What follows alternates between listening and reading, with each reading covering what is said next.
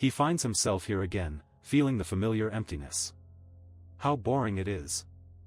Lost in the island's mist, he reflects on the ruins ahead, feeling a blend of curiosity and dread. Amid scattered ruins, he stands, pondering the emptiness of the place, wondering about the stories it holds. He gazes down at the chaos below, questioning if this is truly the end. He suddenly realizes someone is below, shock coursing through him. He commands the boy to come closer, exuding power and intensity. He declares he will wait for her at the brink of damnation, his intense gaze piercing through the scene. Startled, he gasps as lightning crackles ominously overhead, reflecting his shock. Startled by something unseen, he sits up in bed, eyes wide and breathless, a sense of urgency gripping him. He lies in bed, troubled, recalling this strange dream once more. He lay in bed, troubled and calling out to Sora, "We're running late." He quickly responded, "I'm coming." He felt a strange familiarity with the man from the shower, which left him pondering. He noticed a familiar presence as steam clouded the mirror, prompting him to question, "What is this feeling?" He pondered anxiously while brushing his teeth, questioning, "Did I neglect my studies?" A hand suddenly blocked his view, adding to his surprise. While brushing his teeth, he anxiously wondered about his studies. Suddenly, a voice behind him called, "XM?" He complained about his father treating him like a child, just as a person called out, asking if he had overslept. He expressed frustration about someone using his muscles while holding a bottle, declaring he wouldn't think twice about it. He joked about wishing they didn't share a tiny apartment, wishing he didn't have to see her every day. "Once you get wealthy, you'll live in a big house." He smiled, saying both he and Ricky would have their own rooms. He had been hearing that for 5 years. He chuckled, thinking life became easier once Ricky joined the army. He wondered how life changed, realizing his brother had already been gone for 3 years. He stood there, brushing his teeth, contemplating a plan he had in mind. He sat at the table, pondering tough decisions, while she urged him to leave behind his chaotic past. He smiled, recalling his unreliable father who always joked around. He expressed frustration about his mother, noting she was strict yet very loving. He sighed, pondering how good things were with them. If only these moments wouldn't end. He stared in disbelief, questioning what just happened and reacting to the unexpected shock in the room. He certainly didn't expect this ending as he stared at the building. He gazed in disbelief at the towering structure above him, feeling the weight of unexpected change as debris swirled in the air. He stared in disbelief, thinking they must be joking. He had no idea what was coming next. He gazed in astonishment at the towering structure, questioning the purpose of its creations and the changes in humanity's course. He stood in awe before the massive structure, pondering its significance. He definitely knew something about it.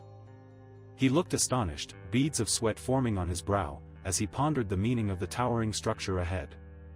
He assured them everything was fine and he just needed to follow self-defense orders before returning home, revealing what his brother had said.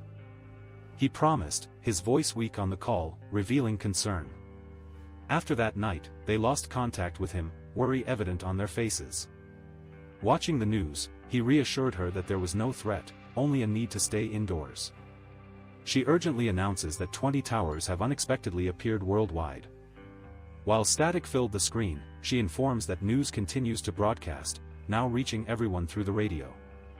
She urgently tells him to evacuate to the shelter as chaos unfolds outside. They received evacuation orders. She wrote a letter explaining everything to her brother. They walked silently while he checked his phone, contemplating their journey ahead. He looked worried, feeling as if something ominous loomed ahead. He felt unsettled as soldiers glared from the passing armored vehicle, creating an atmosphere charged with tension. He sat quietly in the vehicle, feeling a deep sense of hopelessness while watching the world outside. As he gazed at the vehicle, a sense of foreboding filled him, haunting memories seemed etched into its exterior.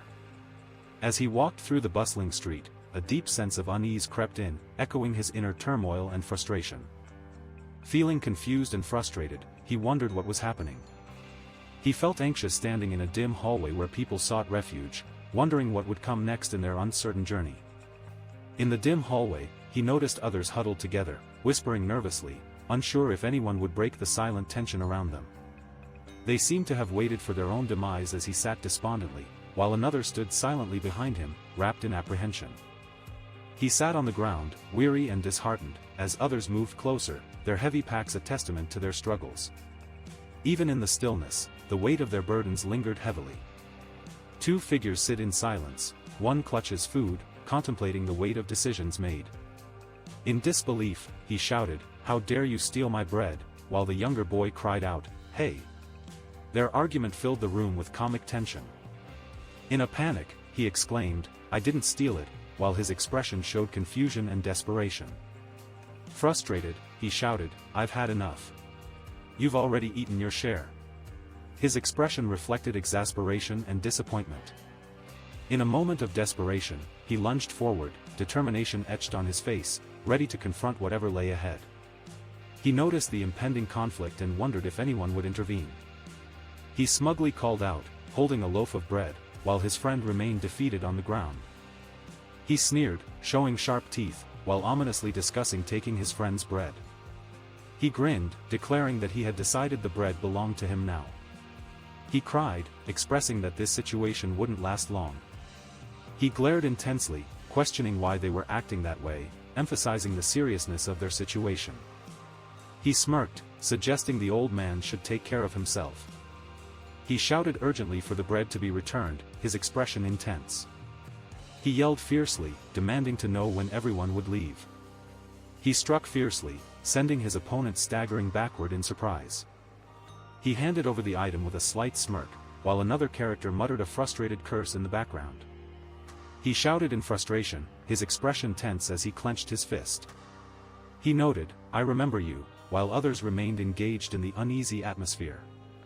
In a tense moment, he called out, "Father," as two figures loomed in the background, adding to the unease. He reassured his companion, saying not to worry as he would keep an eye on the situation. He vowed not to forget that guy, even after death. He stood silently, surprise written all over his face, trapped in thought. He lay there, shadows closing in as he contemplated betrayal, feeling both vulnerable and entrapped. He stood over her, smirking, insisting that she must endure him. He dashed down the hallway, urgently delivering a critical message. He urgently instructed everyone to evacuate through the emergency door and board one of the transport vehicles. He adjusted his sunglasses, curiously asking the group, why, as they stood behind him, anticipation hanging in the air. He looked tense, exclaiming about the confidential information, but hesitated, saying he couldn't reveal anything. Looks tense, he asks, "You can't reveal anything?" His anxious expression reveals inner turmoil. Looking angry, he kicks down, demanding answers about the evacuation and questioning the others' silence. Furious, he kicks out, demanding to know why he's the one suffering. He, clad in military gear, looks anxiously at the crowd, overwhelmed by their presence. He shouts urgently for everyone to flee, warning them of imminent danger. He urgently calls for his parents to wait, while a friend looks confused, asking what's happening. Feeling uneasy, he glances back at his friends, voicing his bad feeling while they pursue their mysterious path. He anxiously expresses his concern, worried they might not survive this escape quickly enough. In a chaotic escape, he fears they won't make it out alive. His fierce expression revealed raw power, as the monster roared, ready to unleash chaos. He gasped in shock, his wide eyes reflecting confusion as he thought, what the hell is happening? Panic surged through the crowd as he shouted for help, "There's a monster here." Faces twisted in fear, realizing the danger approaching. He yelled for everyone to run, panic spreading as chaos erupted around them. "Run," he urged, terrified faces nearby mirrored his fear. In a frantic rush, he urged everyone to flee as panic surged around them, chaotic shadows consumed the street. He shouted frantically, urging everyone to move, no more room. Forget first. Panic washed over his face as chaos erupted around him. He desperately urged the crowd to move quickly, reaching out, as panic spread among them. He shouted, "Copa," as he grasped the other person's hand fiercely, determination radiating from him. He warned others there was no more room in the trunk, while they anxiously shouted about the plan. With a tense expression, he shouted a curse, his frustration palpable as he reached out, desperation evident in his eyes. Rushing forward, he shouted, "I'm going elsewhere," while others pursued him with determined expressions. As he rushed away, he realized there was no space here either. He rushed toward the trucks, urgently calling out if anyone was there. He suddenly leaped out of the truck, determined to take action.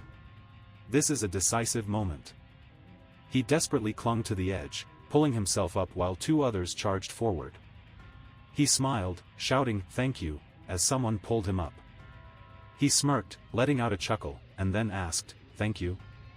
He stared wide-eyed, panic coursing through him, as fear gripped his heart. He shouted in excitement, declaring, "This is my replica." Confusion washed over him, wondering why it had to be this person. He felt desperate as someone shouted for him to take his father's place. He braced himself as the chaotic crowd surged forward, desperate for control. He curled up on the ground, thinking it's too early to die as chaos swirled around him. He called out for help, feeling the weight of despair. He spotted a glowing figure and asked, "What?" The spirit responded with surprise, leaving him in awe of the surreal encounter. He recognized the man from his dreams, exclaiming in shock. The figure ominously promised to wait for his arrival. He curled up on the floor, fear evident in his eyes. He lay on the ground, eyes wide with fear, questioning if it was all just a dream. He stared in shock, heart racing, as he wondered, what now? Startled, he gasped as the monstrous figure loomed, ready to strike. Startled, he reached out in terror, exclaiming about the monster and questioning where his mother was, realizing he was completely alone. Startled and confused, he wondered if he was already dead. Startled and panicked, he gasped in shock, realizing he was injured. He clenched his fists in anger, shouting, "Damn monster," as sharp stones scattered around him. He wondered why the creature didn't flinch while lurking menacingly nearby, muttering curses under his breath. He charged forward, teeth bared and eyes wild, exuding raw menace. Rushing through the ruins, he wondered what was happening here, while a small creature dashed after him, equally perplexed. He gazed at the colossal tower that emerged mysteriously, wondering what secrets lay within. He grinned, an unsettling glow in his eyes, as he pulled her closer, whispering about a dark past of escape. A mysterious old man appeared, his piercing eyes glowing enigmatically, as whispers of his secrets filled the air. He realized the danger as the monstrous figure loomed behind him, its fierce eyes glowing as it prepared to strike. As he glared fiercely, the word, "You idiots," echoed in his mind, fueled by frustration. In a fierce outburst, he shouted in frustration, "Screw everything," as chaotic debris flew around him. He sat among the ruins, whispering, "I survived," as he gazed at the fallen figure beside him. He examined the gruesome sight, noting, "It looks like game characters." Curious, he wondered, what is that black symbol on the chest? Caught in the rain, he panicked, exclaiming, "What is happening?" as shadows loomed ominously around him. He stared in shock as the shimmering crystal pierced his hand. He gasped, his expression a mix of fear and confusion, realizing this revelation would change everything. He stared in horror at the grotesque sight of the fallen goblin, confusion flooding his mind. He gazed in astonishment at the floating crystal, shock etched on his face. He charged forward with fierce determination, wielding his weapon with all his might. As his eyes widened in shock, he exclaimed, "Did it just invade my body?" The atmosphere crackled with tension. His eyes widened in disbelief as he asked, "What? The wounds healed?" Shock and confusion mixed in the ominous atmosphere. He felt a surge of power, exclaiming that he felt strong. Feeling triumphant, he wondered if defeating enemies really boosted his levels, just like in a game. Walking through the desolate island, he pondered about survival challenges and whether others would suddenly appear. He stood thoughtfully against the cloudy sky, contemplating his next move while feeling a sense of determination. He glanced around the desolate landscape, noting the absence of monsters or other paths. He wondered if there was only one way out of the ruins, gazing at the lonely floating structure amidst the clouds. He carefully navigated the steps, contemplating the daunting journey ahead. He gazed at the steps disappearing into the clouds, pondering the mysterious island ahead. He stared ahead, startled, realizing something ominous loomed nearby. He cautiously advanced along the precarious path, knowing this area was the monster's territory. He looked worried, thinking he could easily fall, recalling the skeleton nearby. He felt anxious, hanging precariously while contemplating a world without him. He wouldn't take that risk. He felt a surge of hope, realizing he achieved something monumental. Emerging from the shadows, he realizes the stairs end here. Staring at the glowing torch atop the monument, he feels a mix of awe and trepidation. He never saw such inscriptions before. Yet, they formed words his mind could understand. He examined the engraved fragments, realizing they belonged to the carriers. Collecting everything would grant him the right to leave the abyss. He smirked, planning to gather all the fragments to escape. He confidently stood on the stairs, holding a fragment and planning his next move, thinking it was time to escape. He pressed his hands against the wall, contemplating the monster's true strength, realizing it might not be as formidable as he believed. He pushed against the wall, determined to survive and escape. On the ground lay a defeated monster, its chest gruesomely torn open, revealing the raw brutality of battle in the dungeon's first level. The second level spans 880 square meters, filled with monsters. He worked tirelessly, struggling against the monsters while fragments of hope faded. He realized that higher numbers meant stronger monsters as he faced the looming darkness. He felt an unease creeping in, realizing these keys were the hardest to find. He gazed at the immense, jagged cliffs, realizing the challenge ahead. The treacherous terrain loomed ominously, hinting at the dangers hidden within the depths. He stood amidst fallen monsters, reflecting on their overwhelming numbers. In a moment of despair, he screams, acknowledging his own pain. In a surge of determination, he proclaims, "I am becoming stronger," as energy crackles around him, defying the chaos. As he delves deeper into the tiers, he reflects on encountering increasingly diverse monsters.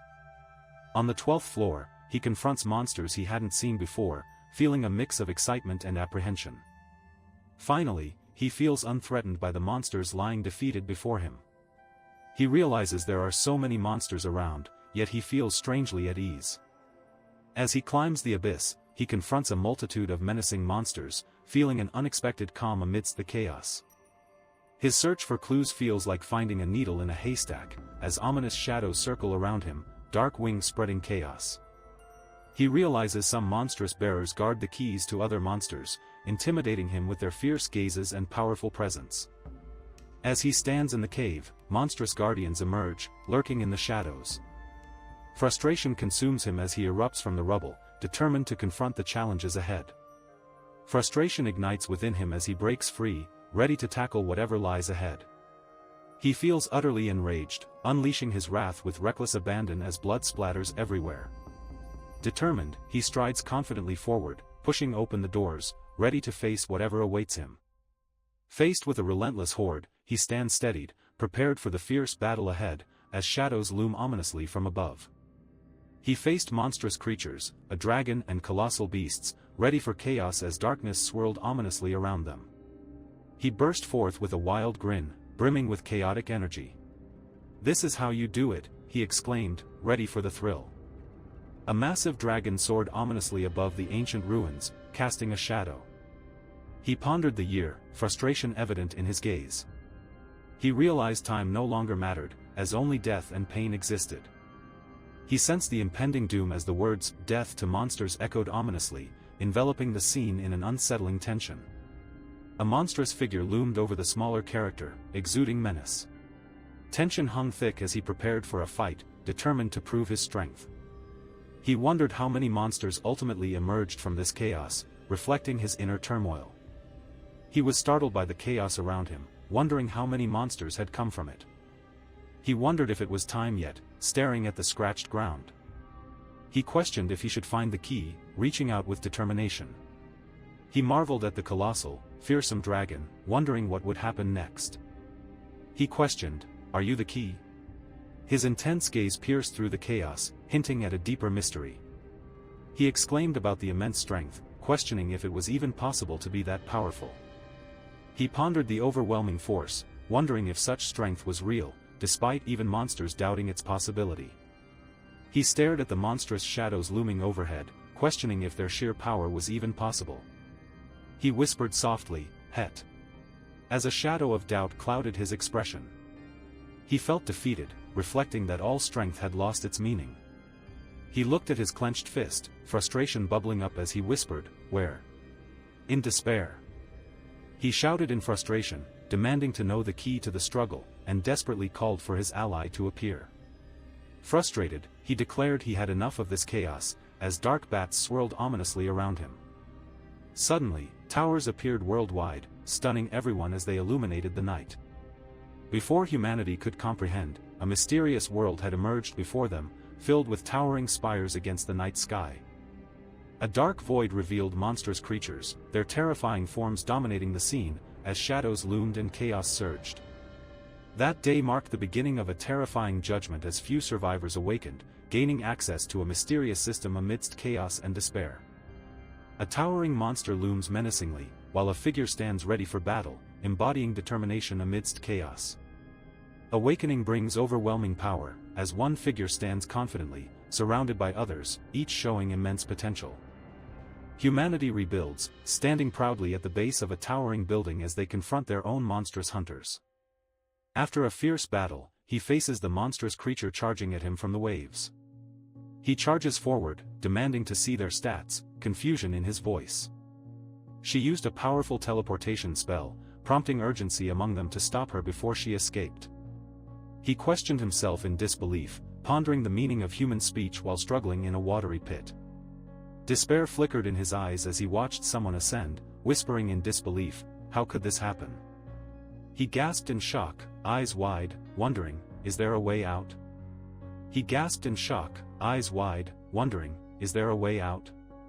As energy surged around him, he realized that the essence of existence truly remains. He learned that the call from the abyss can't shift more than two living beings. He realized the abyssal call can't shift more than two living beings. Determined, he whispered, "I will not." As chains glimmered ominously around him.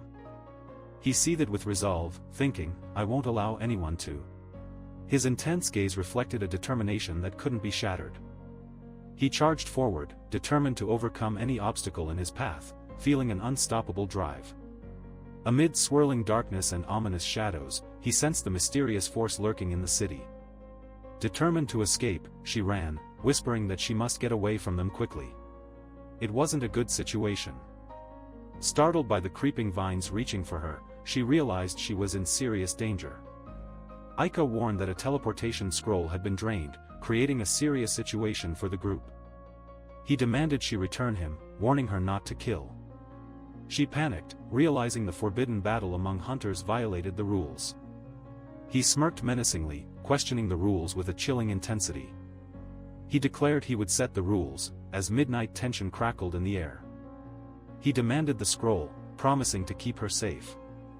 She reflected on the situation, suggesting that if she were in their position, she wouldn't confine herself in a corner. In panic, she exclaimed that they needed to stop her from using coercive powers. With fierce determination, he glared ahead, muttering, "Creature." This moment radiated intensity, showcasing his resolve against unseen foes. He stared wide-eyed, realizing the gravity of the situation with disbelief. A teleportation circle echoed in his mind, amplifying his anxiety. He declared he would drag her down with him, as magical energy swirled around them, intensifying the moment. He yelled about the uncontrollable monster, while she looked terrified, feeling the weight of the situation pressing down on them. As lightning erupted in the stormy waters, he desperately reached for her, their surroundings a whirlwind of chaos and fear. With a fierce expression, she shouted for help, her eyes aflame with desperation and anger, as lightning illuminated the chaos surrounding them. She felt a surge of energy as lightning struck, swirling chaos enveloping her and others in a desperate battle against the storm. Feeling overwhelmed by the powerful force, the duo realizes they must struggle through the challenge ahead. As a bright energy beam strikes down, they brace themselves for the impending clash. A sudden lightning surge signals their arrival, and everyone watches in awe. "Oh, they've appeared," someone gasps, realizing the tension is about to erupt. A dark silhouette looms, crackling with energy as the name, Cerberus, Level 3, appears above. Everyone is uncertain, whispers filling the air. He scoffed, mocking the chaos around Cerberus, Level 3. So much noise just for this? Meanwhile, another character urged, "Catch the piece." He questioned her choices, wondering why she risked her life. Meanwhile, another character accused, "Did you really summon someone like this?" As blood splattered, a shadowy figure stood defiantly, confronting a looming beast amidst chaos. In shock, they gasped at the sight, questioning, "What? Is that a human monster?" Their faces showed fear and disbelief. In stunned disbelief, she gasped, saying, "Oh, it's you." Her expression mixed surprise and recognition, revealing a connection to the mysterious figure nearby. With a haunting gaze, he revealed, "I have emerged." His powerful form emanated a dark energy, hinting at his formidable presence. Struggling against the swirling water, he shouted, "I emerged from somewhere." His fierce determination shone through as he fought to escape. Struggling against the water, he let out a chilling laugh as shadows closed in around him. As shadows loomed, he grinned eerily, proclaiming that fear was nothing to him. Startled, she squinted through the haze, demanding to know who it was. Startled, she pointed at him, demanding to know who he was. Startled, she gasped, reaching out to him, clearly shocked. His ominous presence enveloped the air, shrouded in darkness and mystery, evoking both fear and fascination. In shock and fear, she exclaimed, "We're on Earth?" He confidently replied, "Of course," as tension filled the air. He finally exclaimed that he had returned, a twisted grin on his face as he reached out to her. He questioned whether they were cosplayers or something similar, his expression tense, while his companion looked on with a serious demeanor. He warned not to underestimate the fierce fight ahead, his tone serious as shadows loomed ominously around them. They clashed fiercely, swords flashing as tension coiled around them. He glared intensely, a fierce purple light sparking in his eye. He stared in awe, recognizing the monstrous figure before him. He gasped, recognizing the monstrous figure looming before him. He shouted in terror, "Monster," as the hulking figure surged into view, radiating an overwhelming energy. He gasped in agony, his body writhing under intense pain. He declared that it was time to reveal her number, electricity crackling around them. He panicked, questioning what the number meant as electricity crackled around him.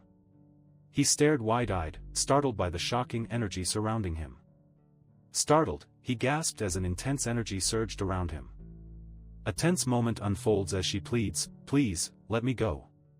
In the shadows, others react with surprise, fear gripping their expressions.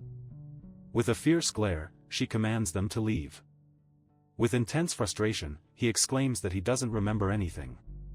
He reflects on the overwhelming power and the ugly scars left behind. She wonders who he is, questioning if he's a monster summoned from the abyss. He asks her how many years have passed since the towers appeared. She simply responds with a curious, "Huh?" She anxiously exclaims, "5." As surprise washes over her face. She confidently displays herself, demonstrating both allure and power. He questioned if they were on Earth, asking about the event and her unusual attire. The atmosphere felt electric with tension. She smiled mischievously, revealing a system emergence 5 years after the tower's rise, hinting at future events. The world had drastically changed after 5 years of chaos. Cities faced unprecedented invasions, and he had barely escaped. He was shocked to see his hometown, exclaiming in disbelief, "This is my hometown, comma." He shouted in distress, asking about someone's condition, believing it was nearly destroyed. She expressed concern about the strong people sent there, questioning their ability to survive the monsters. He anxiously wondered how to reach City C from there.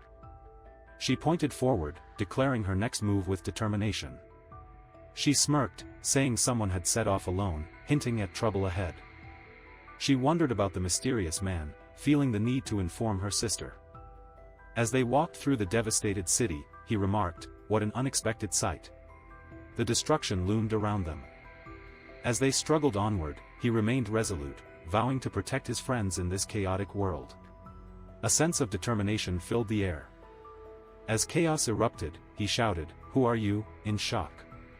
A shadowy figure declared, "I sense his presence." Engulfed in an eerie atmosphere. A shadowy figure threatened others, demanding, "You have 3 seconds.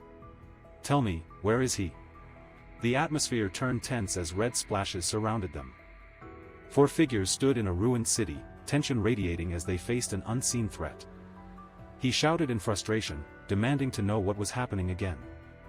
In a burst of energy, he realized the time had come, while Aika's status was confirmed as defeated.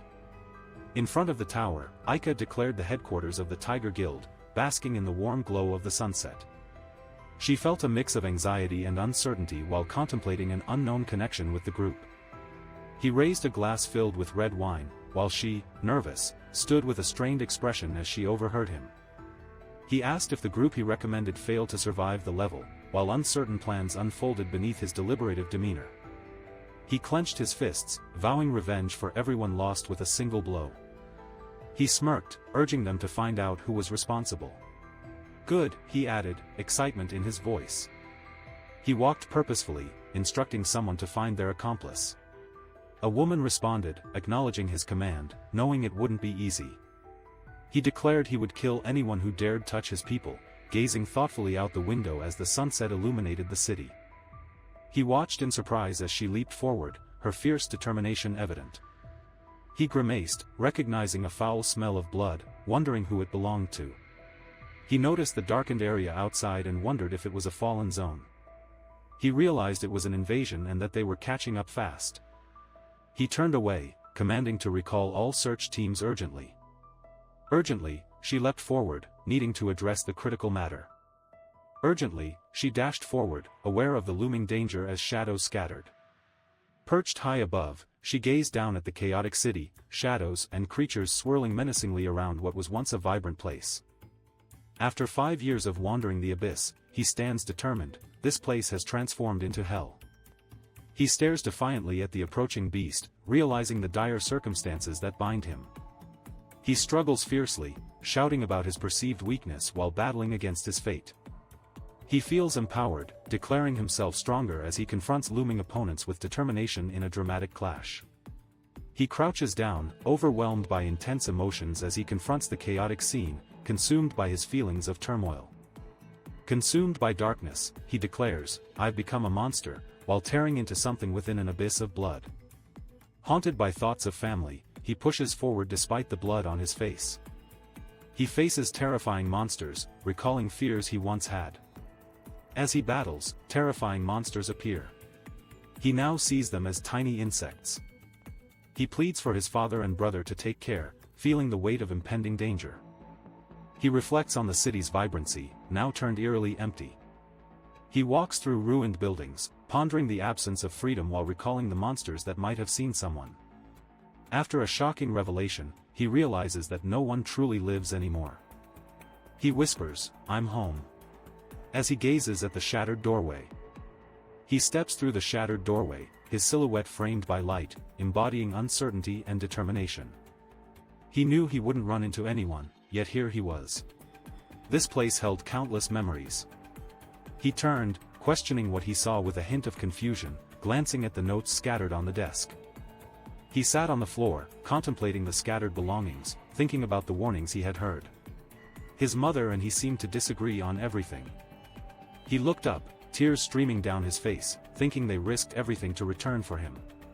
"We believe you'll come back," echoed in his mind.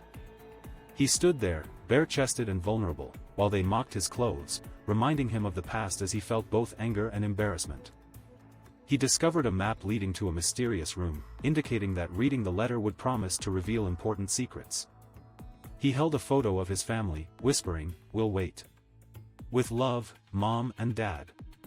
He stood with tears streaming down his cheeks, clutching something precious in his hands, overwhelmed by emotion. He raised the gleaming knife, contemplating his newfound strength, wondering how powerful he had become. To end this apocalypse, he needed enough strength and resolve. He leaned over the sink, contemplating if he truly needed a fresh start. He stood silently, his piercing gaze revealing inner turmoil and resilience. Refuge 16 hovered nearby, hinting at his uncertain path ahead. He moved forward, feeling the weight of destruction and uncertainty. "I continue to rise like skyscrapers amidst the ruins." He smirked, determined to carve his own path faster. He leaped through the crumbling buildings, eager to embrace his destiny. The creature unleashed a powerful roar, its massive wings spreading menacingly as it prepared to strike. He unleashed a fierce attack, swirling energy surrounding him as chaos erupted. He wondered about a loud noise he just heard, while his friend teased him about the dullness of being a guard. He pointed in shock, questioning what just happened, while his companion exclaimed he hadn't seen anything unusual. He ran towards his friends, shouting about the surveillance camera, clearly agitated by what he had seen.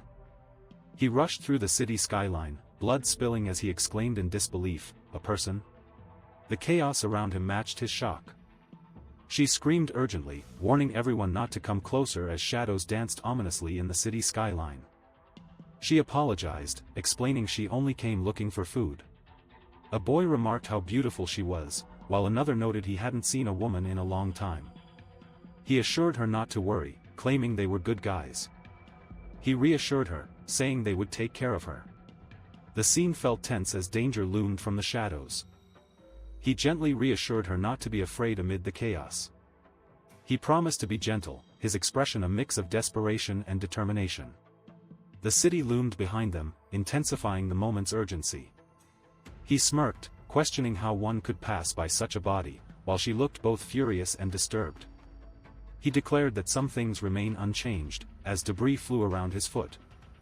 He wondered about nothingness, a faint tear tracing his cheek. He called out, asking who was there, while another warned that interference wouldn't be easy to escape. He called out, urging others to capture him, while a sense of urgency gripped the scene. He shouted, urging everyone to catch up as they sprinted forward, determination written across their faces. He charged forward, resolute, battling chaos as surroundings blurred in motion. He stood confidently, bloodied and fierce, as his opponent lay defeated beneath him, the aftermath of their brutal clash evident. He glared at his opponent, demanding to know who they were, while the defeated figure lay motionless. His anger was palpable as he warned them not to touch any further. With a sly smile, he declared his name, Ezi Kagawa, revealing confidence and mystery in the tense atmosphere. He ran his hand through his hair, smirking confidently about forgetting someone's face. He stared in shock, bewildered, as he questioned if she was really relentless. He protested in disbelief, exclaiming that it couldn't be true. He faced the towering figure, desperation flooding his heart as shadows loomed, realizing the impossible was unfolding before him. Startled, he exclaimed in disbelief, "You were alive," as shadows swirled around them. He smirked slightly, a wicked glint in his eyes, as he uttered a single, enigmatic word, "XAX."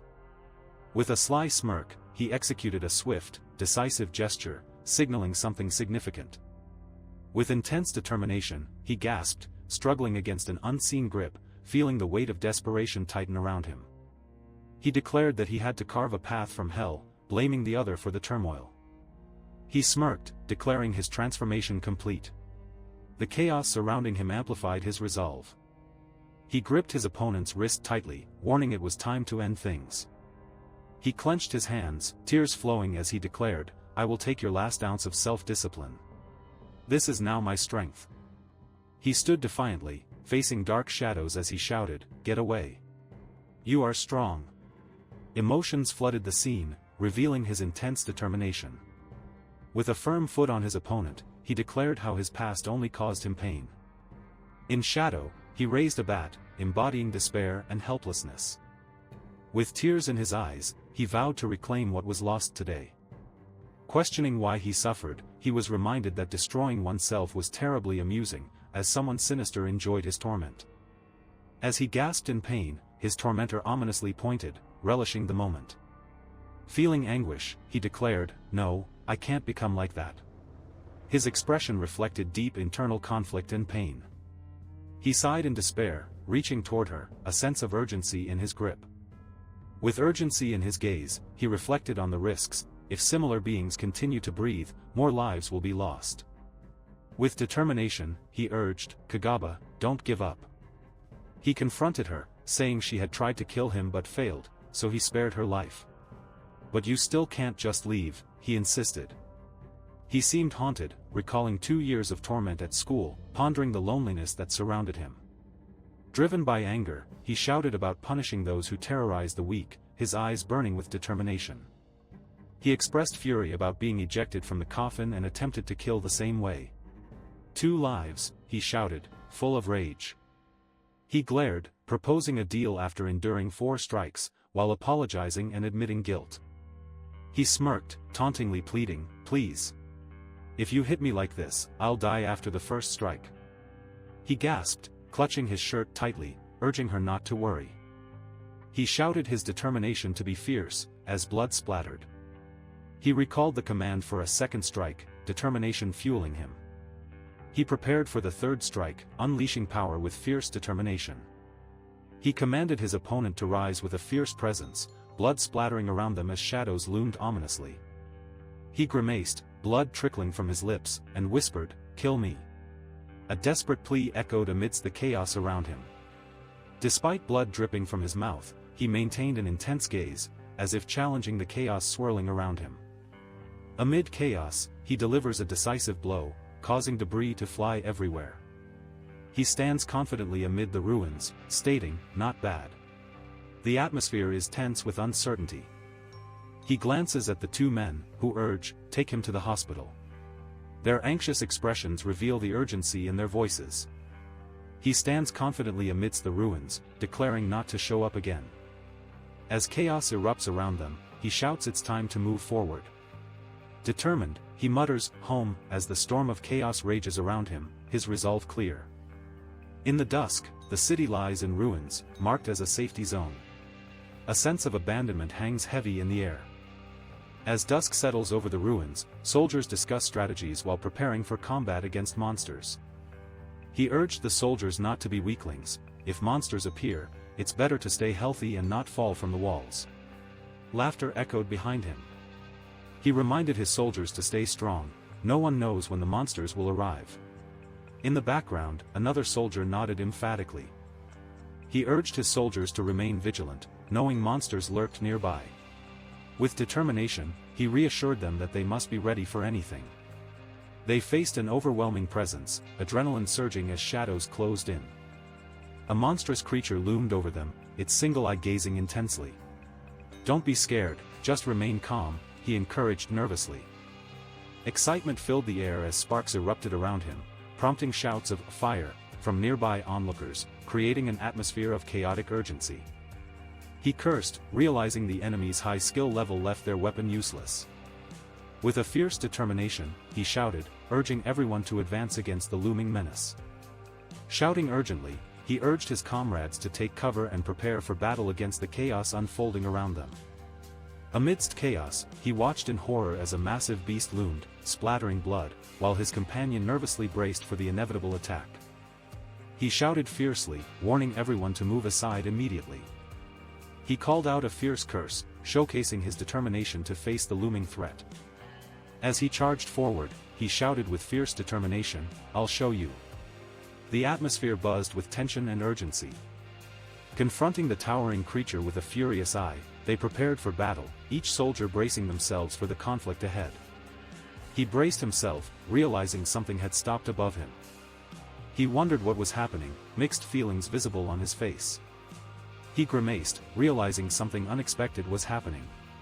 "What's going on?" he wondered, bewildered yet determined. Confused and scared, the soldiers exchanged glances, whispering about what had frightened their comrade. Shouting about their chance, he sprinted forward, clutching a box tightly. She charged ahead, determined to overcome the obstacles in her path. As explosions erupted around them, soldiers braced for impact, determination shining in their eyes. The soldiers stared in shock, questioning if they had killed him. He sat on the ground in disbelief, exclaiming that the soldier couldn't be dead. He smirked, revealing the reason for his excitement, reflecting on what had just happened. The scene was chaotic and filled with tension. He noticed the chaotic aftermath around him, surprised by the destruction. He realized he had defeated the monster and triggered an explosion. He noted that people with such overwhelming power at rank 5 are rare. Overwhelmed, he exclaimed he had never seen anyone like this before. He emphasized that the unique ability allows users to gain precise information about targets, making them incredibly valuable. He gasped in shock, questioning, "What? This can't be happening." The tension in the air was palpable. He noticed the warning from the system, urging respect, and wondered, "I don't see any information." His expression shifted as anger bubbled beneath the surface, revealing deep intensity. The lieutenant shouted for help, demanding to know what had happened. Panic spread among the soldiers as they rushed to respond.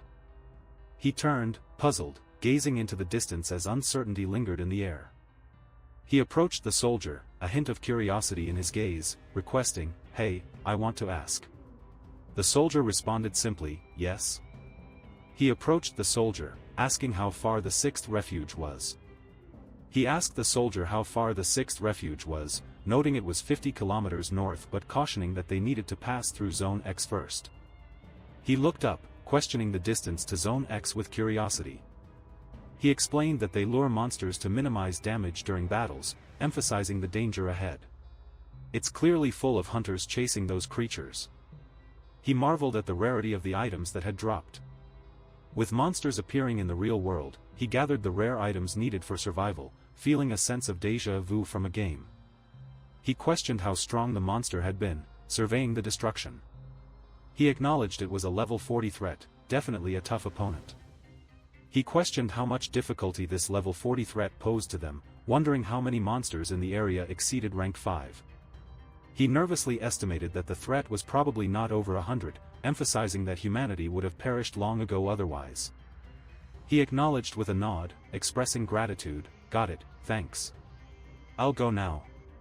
He turned to the soldier, a hint of concern evident. He exclaimed, sensing tension in the air. He sensed a strange tension, pondering if his request was unusual. He politely requested to be sent to Zone X. He exclaimed that a strong hunter like him could save many people. He confidently stated that the shortest route to the shelter was through here, correct? She responded with an eager, "Yes."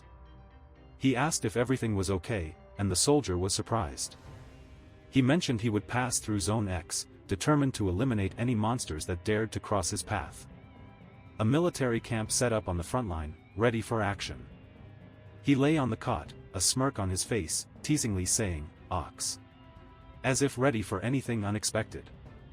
Excitedly, he exclaimed, "Lieutenant! You finally woke up." The atmosphere buzzed with anticipation, lighting up the tent. He asked how long he had been unconscious, to which the other replied it had been 10 minutes.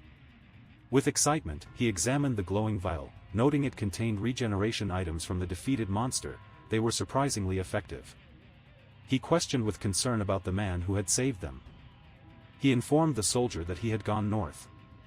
He sighed in frustration, recalling his journey north, overwhelmed by thoughts. He stopped, alarmed, questioning what had just been said. He gasped, surprised, as he realized what was happening. Oh. The soldier thought about going to the sixth shelter. He narrowed his eyes, questioning, "Through Zone X?" His intense expression revealed his concern and curiosity about the situation. He expressed indifference, stating that nothing mattered to him, and shared a thought about the situation that left him unbothered. He ordered to immediately connect with the main command center. He urgently asked if they could connect with the main command center. He pondered how little time remained until the appointed moment. He realized he had about 10 minutes left and needed to hurry. He sent a message through the emergency radio, urgency on his face. He asked why they needed to contact the command center as he handed over the device. He explained the mission's confidentiality while holding the device. The information was highly classified, so they were unaware of its details. He stated that Zone X serves as the forward base for operations, clarifying they would no longer gather at the site where monsters were confirmed. He emphasized that this area was now a bombing zone. In a tense command center, operators focused on screens, strategizing amidst the chaos. She urgently relayed an emergency call from Zone B-22, tension filling the command center. The commander, Rendi Kumagai, ordered a connection urgently, his expression serious as he sat confidently in the command center. She exclaimed, "Exactly," while intently focused on the screen. With focused determination, she steadily typed, her fingers dancing across the keyboard, embodying concentration and purpose. The lieutenant appeared on the screen, delivering urgent news about recent developments. He delivered alarming news about a mysterious hunter heading to the bombing zone, unaware of their position. He asked if she was going to report her betrayal. He looked distressed, tears streaming down his face, questioning her loyalty. He confidently stated that notifying him about the impending bombing was crucial, while suddenly, a familiar figure appeared on his screen. He proclaimed the urgency of stopping him, asserting his strength and determination. He questioned if they were dealing with a formidable hunter as the team gathered around the screen, tense and alert. He asked about the level of the mysterious hunter, his expression revealing concern. The team watched closely, tension filling the air. He looked worried, struggling to answer as he uttered, "I don't know." He seemed uneasy, staring at the holographic figure who expressed concern, uttering, "XAA." In a tense atmosphere. He expressed concern, pondering the unknown hunter's reckless actions in the bombing zone, questioning if she really wanted to engage with him. He smirked, thinking that it would be too late once the message arrived, while she maintained a confident demeanor in the cockpit. He chuckled, confidently believing she lacked brains but excelled in coordination. She noted their training seemed insufficient for leaving them alone. He told her that he wasn't in a position to interfere with her subordinates' matters. He warned her that if he reported her, she would face serious consequences. He felt frustrated, knowing that if he reported her, the serious consequences could fall upon him too. He flashed a smug smile, confidently answering a phone call while dressed in a neat uniform. While crossing her arms, she thought about Kageyama's untrustworthy training and questioned its effectiveness, even if this assignment was crucial. With furrowed brows, he wondered about the strength of that man. He stood tense among his comrades, reflecting on the challenge ahead, marked by uncertainty and responsibility. Feeling a mix of resolve and uncertainty, she stood quietly, arms crossed and deep in thought. She confidently addressed Lieutenant Kajura, assuring him he wouldn't interfere with their plan. She warned Lieutenant Kajura that if his reason was unconvincing, she would personally send him to the military tribunal. He nervously stuttered, unsure of his next words, feeling the weight of the situation. She asked if this arrangement would suit General Kamaga. He glared intensely, gritting his teeth as if preparing for a confrontation. He smirked slyly, urging Lieutenant Kajura to justify their actions. He exclaimed with certainty that the person killed a child with just one hit. He was taken aback, his shock evident as he exclaimed, "What?" He looked intense, questioning whether the five-star soldier was truly a hunter of a higher rank. He pondered the impossibility of having anyone ranked 5-star on missions, while the others sat silently, tension filling the room. She wondered why he didn't know his rank, the tension palpable in her stare. He questioned why he couldn't see his rank, sweat trickling down his face. She stared, wide-eyed and confused, processing the unexpected news. He expressed regret, admitting to losing consciousness from information overload. He realizes there's a minimum level 100, showing a mix of shock and determination. In the control room, he sits stoically, while others focus intently on their tasks, hinting at an impending crisis. He pointed decisively, emphasizing the need for immediate action. He insisted this wasn't a reason to halt the mission. He agreed with the commanding officer from the Eastern Unit, stating they couldn't ignore their military objectives for such an undefined reason. He emphasized that this mission involved coordination from 4 different military branches, highlighting the importance of their defined objectives. He explained that the initial plan was to follow through after the bombing. He warned that the garrison soldiers would eliminate the remaining monsters, but if an emergency evacuation was executed, there might still be a chance. He noted that the monsters respond to sound, gathering in one place. The territory falls rapidly. The commander warned that 1,000 soldiers would die, emphasizing the dire situation. He expressed regret, saying it was too risky, even considering the discussion about the S-rank hunter. He frowned, expressing his discontent, saying it was too risky. She rejected the request fiercely, insisting they couldn't waste efforts for one person. The soldiers stared in shock as the command was finalized. The lieutenant listened closely while a soldier reassured him, stating they did everything they could. The lieutenant nodded, confirming it was vital to achieve the final results. He stared with disbelief, questioning her actions. The tension was palpable, and confusion reigned. As he dashed out, she called out for him to return. The city lay in chaos, yet urgency propelled him forward. As he gripped the steering wheel tightly, urgency filled him, time was running out. Panicking, he shouted for the others to stick close, insisting they couldn't leave yet. A vehicle sped past, kicking up dust and tension.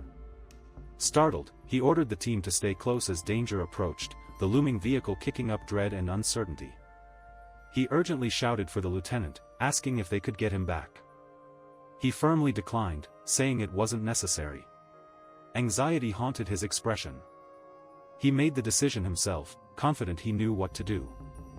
He gripped the steering wheel tightly, determined to reach his destination on time. He spoke, unaware of the impending danger, gripping his weapon tightly. He gazed at the looming figure, questioning who it might be, as his thoughts drifted to the person he once tried to save. He declared that he would become humanity's hope, intensifying his resolve as dark shadows loomed overhead. Frustrated, he exclaimed that he lost the trace of his target. Worried, he questioned where his target had gone. Did he slip away unnoticed?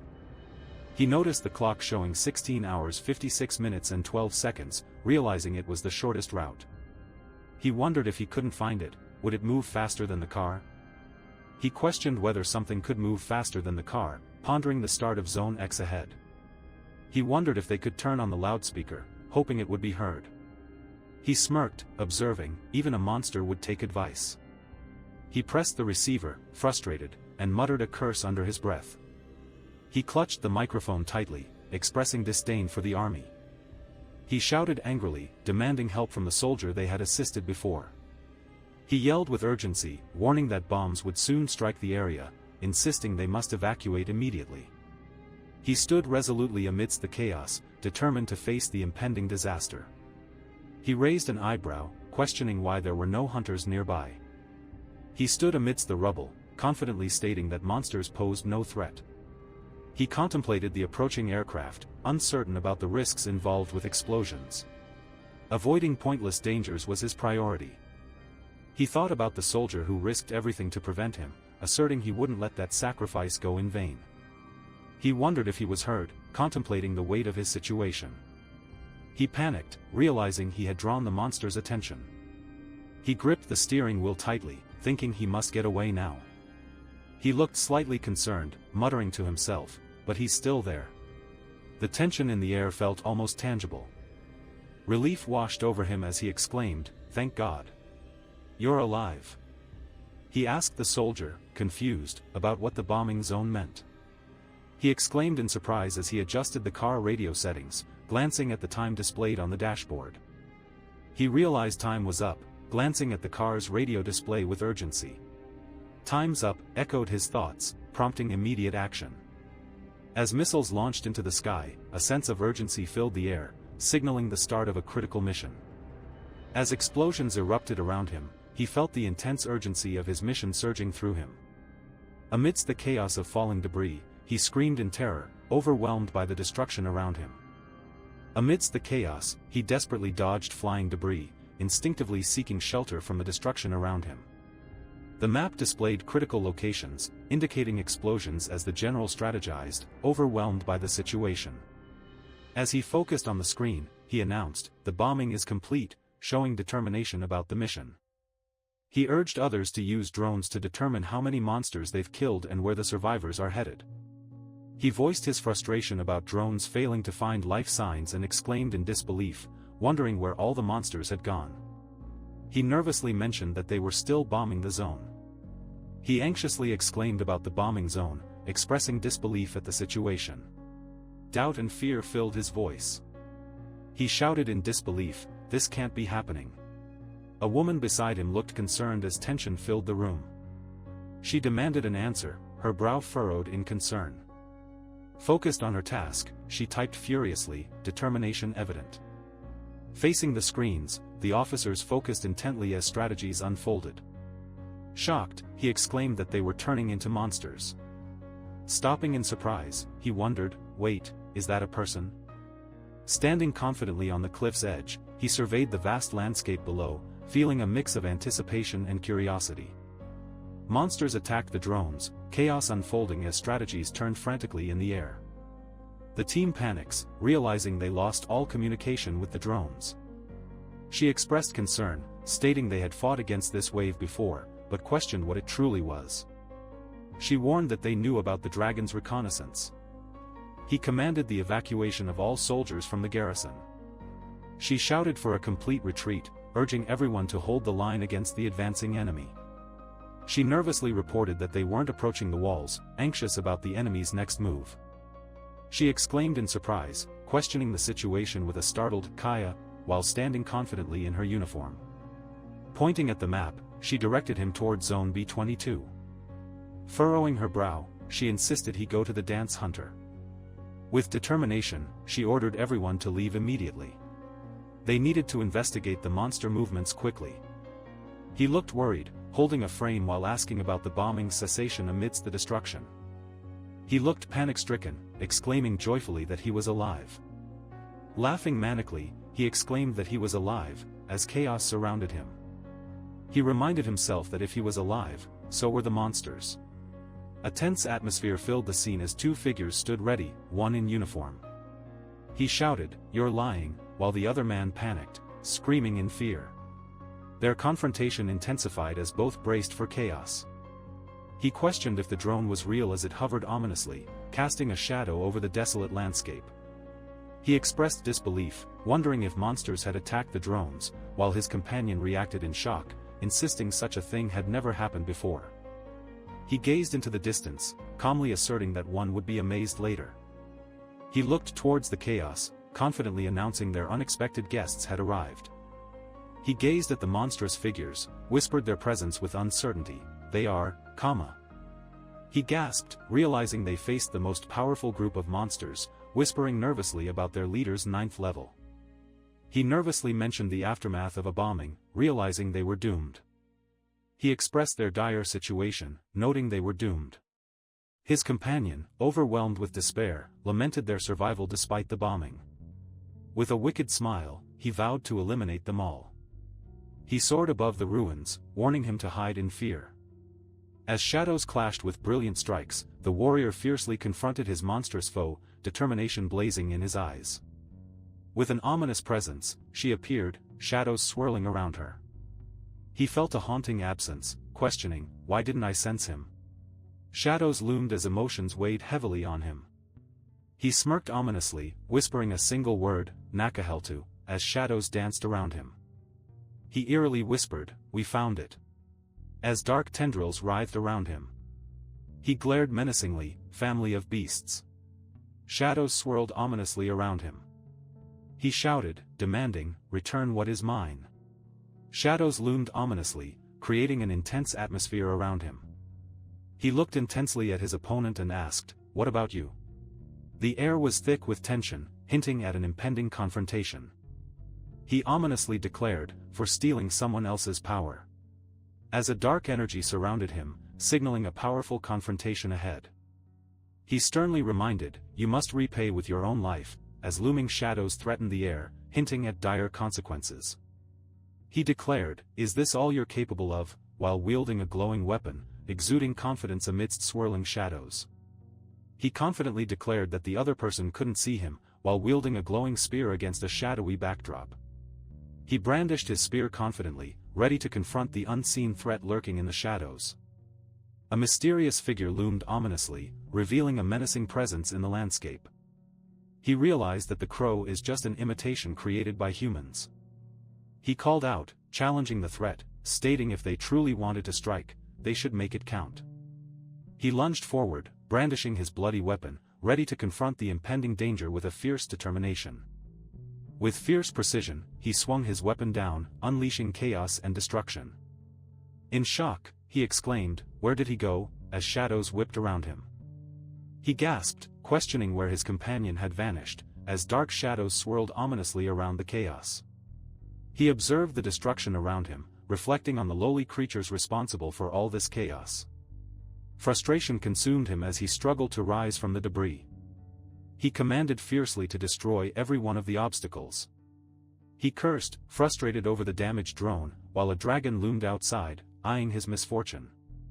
He determinedly reflected on how he managed to complete his mission against all odds. He walked confidently, contemplating why monsters had changed their course, determined to uncover the truth. He, a lone hunter, confronted the approaching monsters, ready for battle. He knelt in the abandoned room, urgently noting, "We need to inform the commander about this." He shouted in shock, witnessing the chaotic destruction unfolding before him. He laughed maniacally, commanding his followers to eliminate their targets. He stared intensely, a deep resolve in his eyes, as remnants of his past flickered around him. He shouted fiercely, convinced that a hunter like him would save many lives. He called out, introducing himself as the soldier they had helped before. He yelled in frustration as the vehicle became trapped between debris. He desperately leaped away, knowing he had to find their heads in the chaotic scene. He focuses on saving as many people as possible, knowing the enemies are quickly closing in. After merging with this person, the monster's power has increased. He turned to see the monster enhanced by their fusion, exclaiming, "What a true beast." He looked intensely, surprise evident in his shocked expression. He gasped in realization, his expression shifting as he thought, "He looks like me." He grimaced as he gazed at the dark, twisted sword emerging from the ground, contemplating its ominous presence. He felt a surge of energy radiating from the sword, realizing its potential danger. He vowed to kill, a fierce determination shining in his eyes. He released a powerful strike, declaring, "This is your fate." With a fierce determination, he unleashed a potent energy, exclaiming, "You cannot escape this destiny." He raised his sword with fierce intent, prepared to strike down his enemies, as energy crackled through the air. He swung his weapon with intense focus, unleashing a powerful attack as energy radiated around him. He exclaimed in frustration, "Damn! This isn't working," as dark energy swirled ominously around him. He stood defiantly, wielding a dark sword, questioning if it was all just an illusion. He absorbed energy, feeling its immense power, comparing it to a force beyond his control.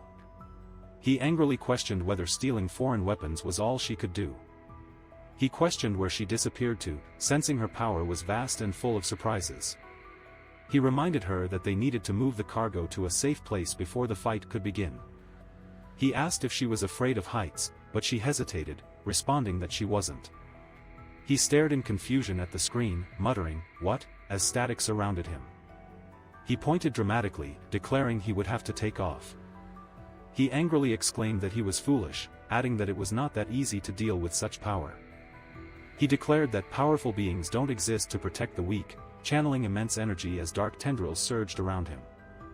He felt the ominous darkness surrounding him, contemplating how to grow even stronger. He was engulfed in darkness, expressing determination against the weakness and challenge ahead. He focused intensely, resolving to act swiftly against the encroaching threat. Even if he escapes, the threat will catch up. He crouches beside the vehicle, urgency and determination in his movements. He thinks he must be destroyed, as chaos swirls around him. Amidst swirling chaos, he struggles against his fate, feeling destruction looming. Feeling defeated, he questions, "Didn't work?" Yet he insists, "No. I didn't do anything at all." Feeling the intense pull of the dark vortex, he realizes, this is it. Terrified, he gasps as dark portals surround him, shouting, "Death!" He yells, "Get out of the machine," as chaos swirls around him. He anxiously warns, "Don't come closer," as shadowy tendrils swirl ominously around him. He declares, "I will bring you home," as the vehicle is engulfed by dark tendrils, creating a dramatic escape. He questions, "Too much," as dark tendrils rise ominously around the vehicle. He stands tense, dark energy swirling as he prepares to strike with deadly intent. He looms ominously, dark energy swirling around him as he declares, "Look, he's not dead yet." He smirks confidently, saying, "Look, he even smiles at you." Dark tendrils swirl menacingly around him. He questions mockingly about the horrific situation, while sinister shadows creep ominously around him. He whispers a name, his tone laced with unspoken significance. He grips the boy tightly, sneering as he questions, "Do you enjoy destroying others' self-worth too?" The tension hangs heavy in the dim room. He channels dark energy, whispering a chilling incantation, as shadows swirl ominously. He unleashes an obsidian storm, shards exploding around him. As he stumbles forward, blood trickles from his wound, questioning, "Is this real?" Shards continue to rain around him. As the vehicle leaps into the air, sharp spikes burst from below, creating a tense moment of impending chaos.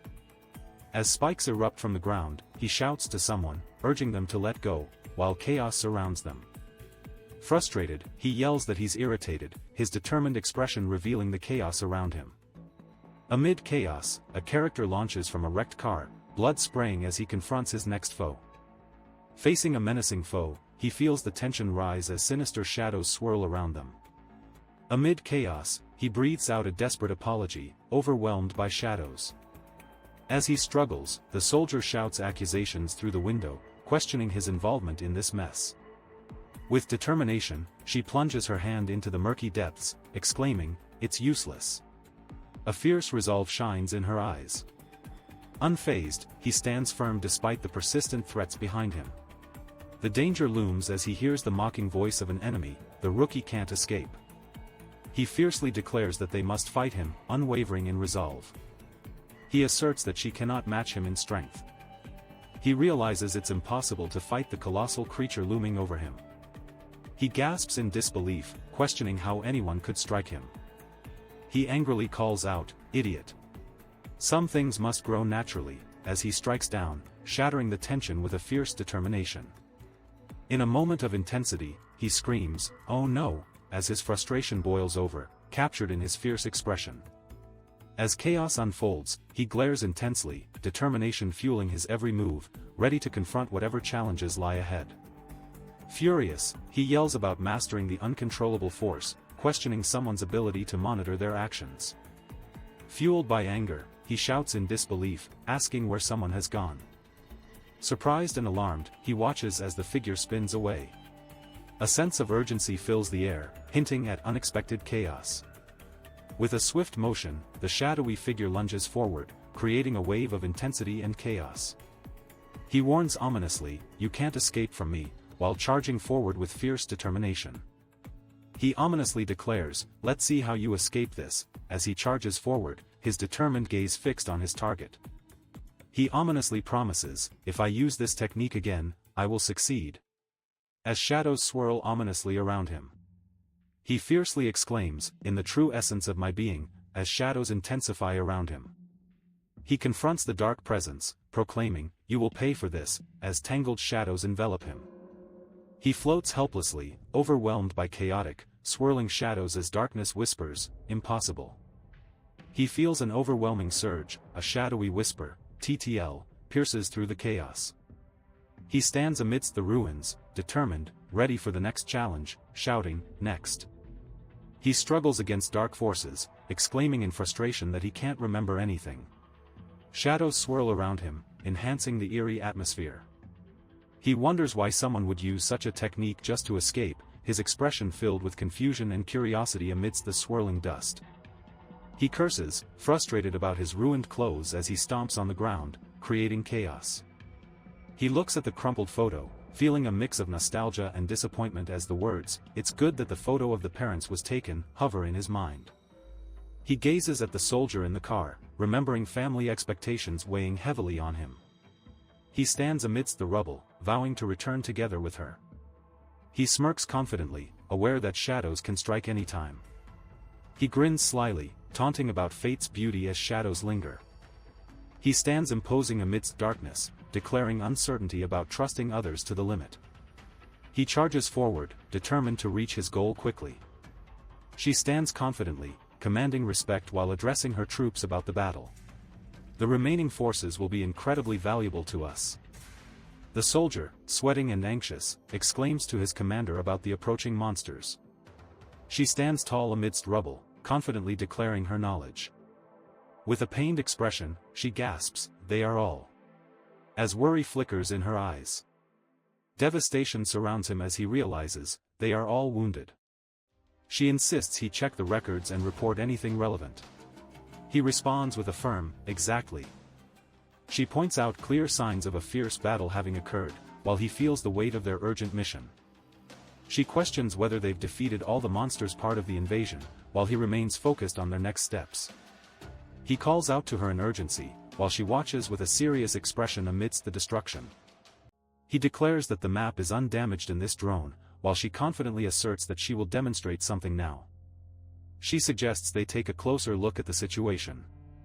He suggests they look closely at the situation, noting someone nearby must be the hunter. He pauses, staring at the swirling energy, contemplating the unknown danger ahead. He observes a mystical sword and ancient artifacts, sensing their immense power amidst glowing energy. He wonders what the soldier has discovered as shadows loom around them.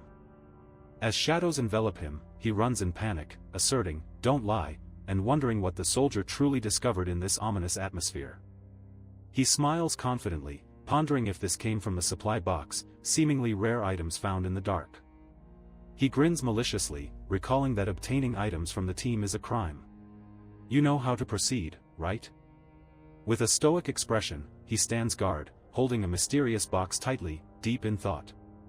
He worries, asking how they will win, beads of sweat forming on his forehead. He calms everyone down, insisting he only needs that one thing. He firmly states that he needs only this item, confident of its legendary contents. He angrily insists that there's no choice, while others struggle to comprehend. He holds a mysterious box, unaware of the danger approaching as chaos looms around him. He finally exclaims his triumph, holding the golem relic box. Dark chaos swirls around him, hinting at the dangers ahead.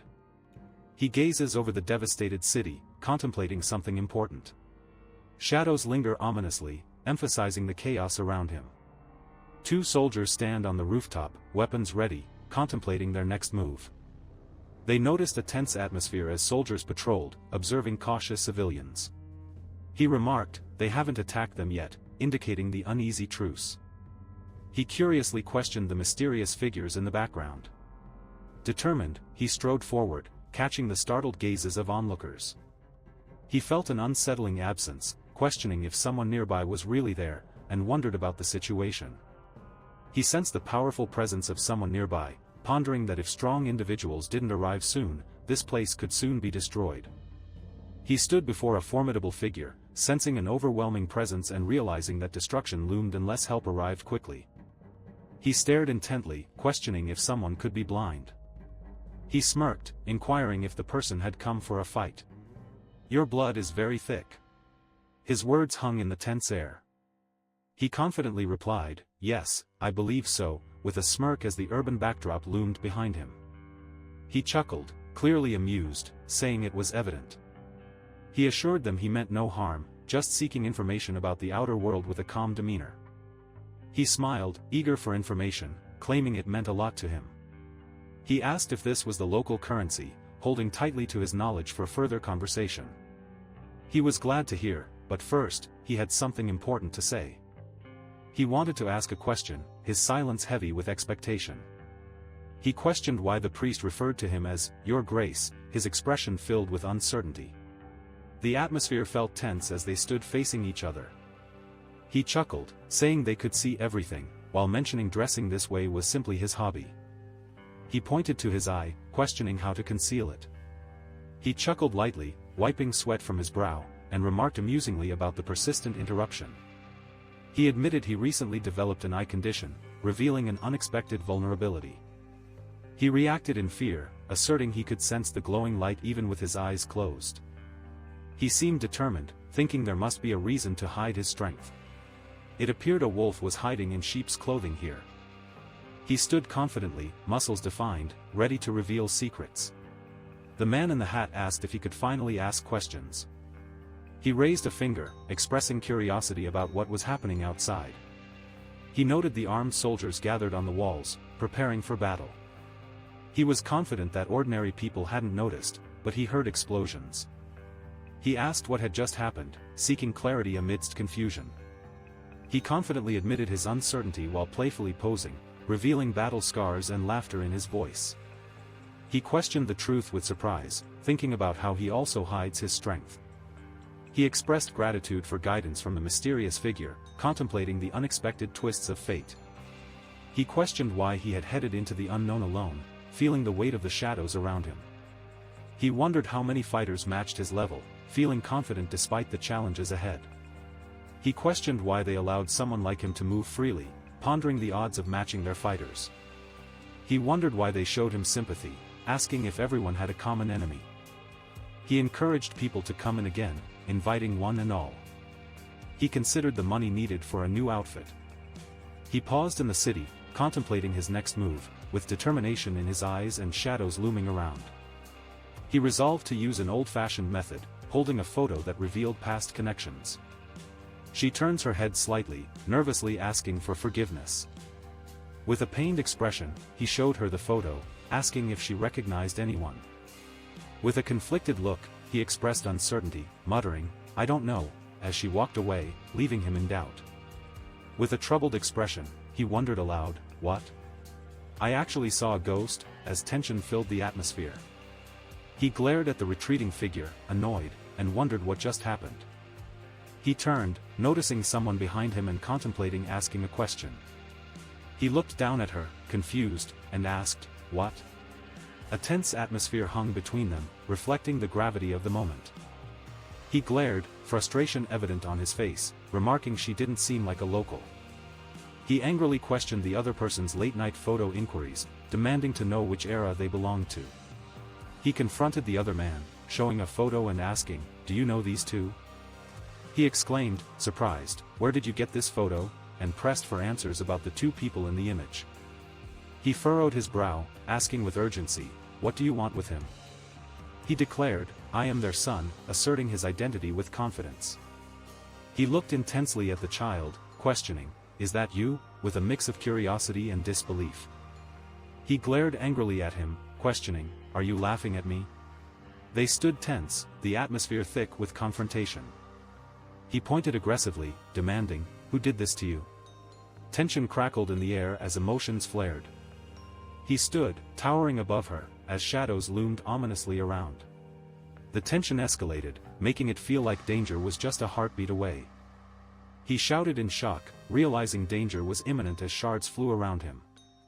He apologized, asking the other to repeat himself as chaos erupted around them, reflecting their tense exchange amidst flying debris. He grinned, sweat dripping down his face, nervously saying, "Hi," in the tense atmosphere. He laughed, surprised, saying it had been ages since they last met. He casually instructed, "Just head straight ahead, you'll find their home there." The atmosphere felt tense as they stood in the shadows. He thanked her, then waved goodbye as he disappeared down the street, leaving her with a warning to take care of herself.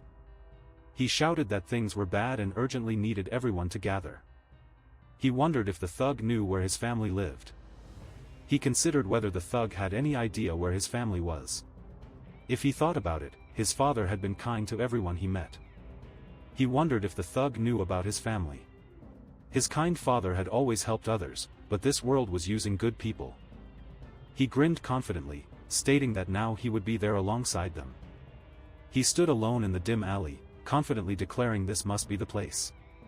He observed the scene, realizing they live here, surprised by the unexpected surroundings. As he stood before the empty houses, he noted, many must have fled, it seems. As he smirked, he remarked that work was finally done. A voice echoed, letting him know they were present. He welcomed his friend with a confident grin, exclaiming, "Welcome." The evening had an intriguing, moody atmosphere. He stared in disbelief, asking, "Who are you?" as a familiar face emerged, indicating, "It's me." In a moment of recognition.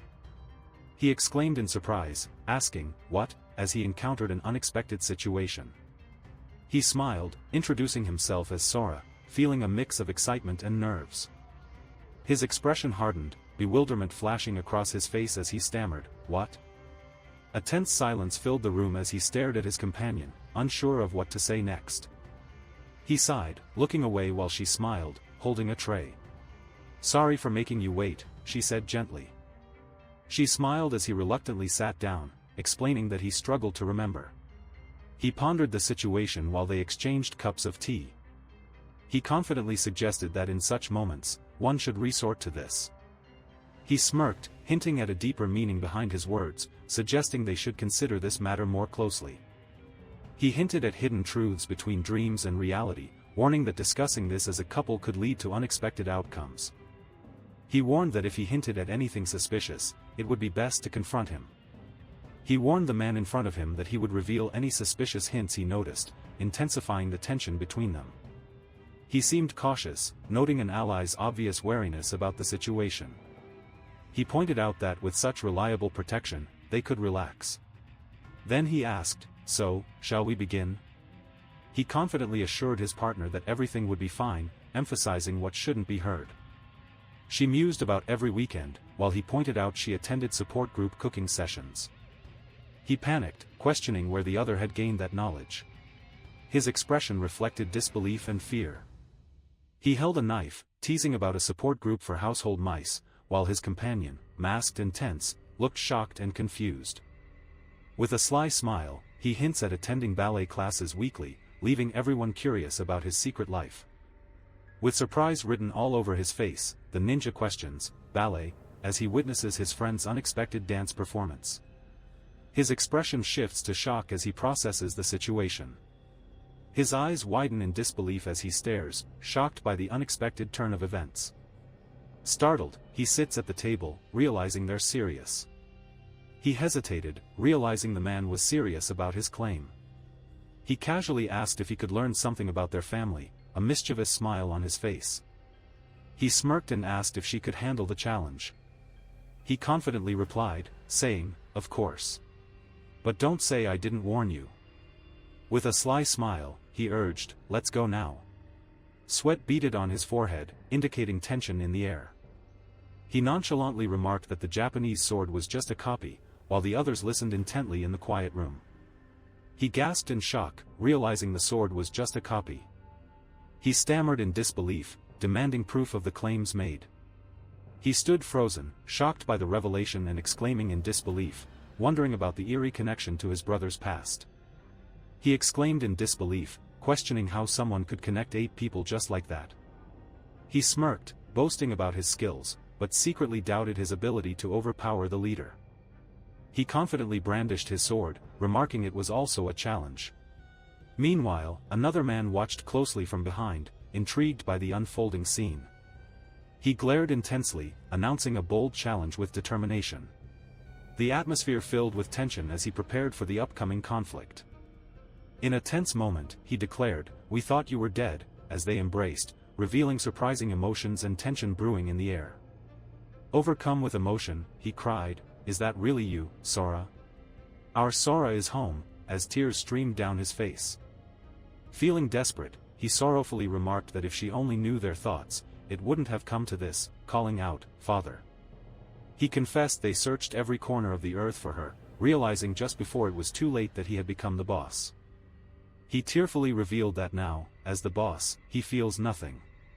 He asked if she could please request that man to leave. He looked shocked, exclaiming, "Head." As a realization dawned on him, revealing a moment of panic.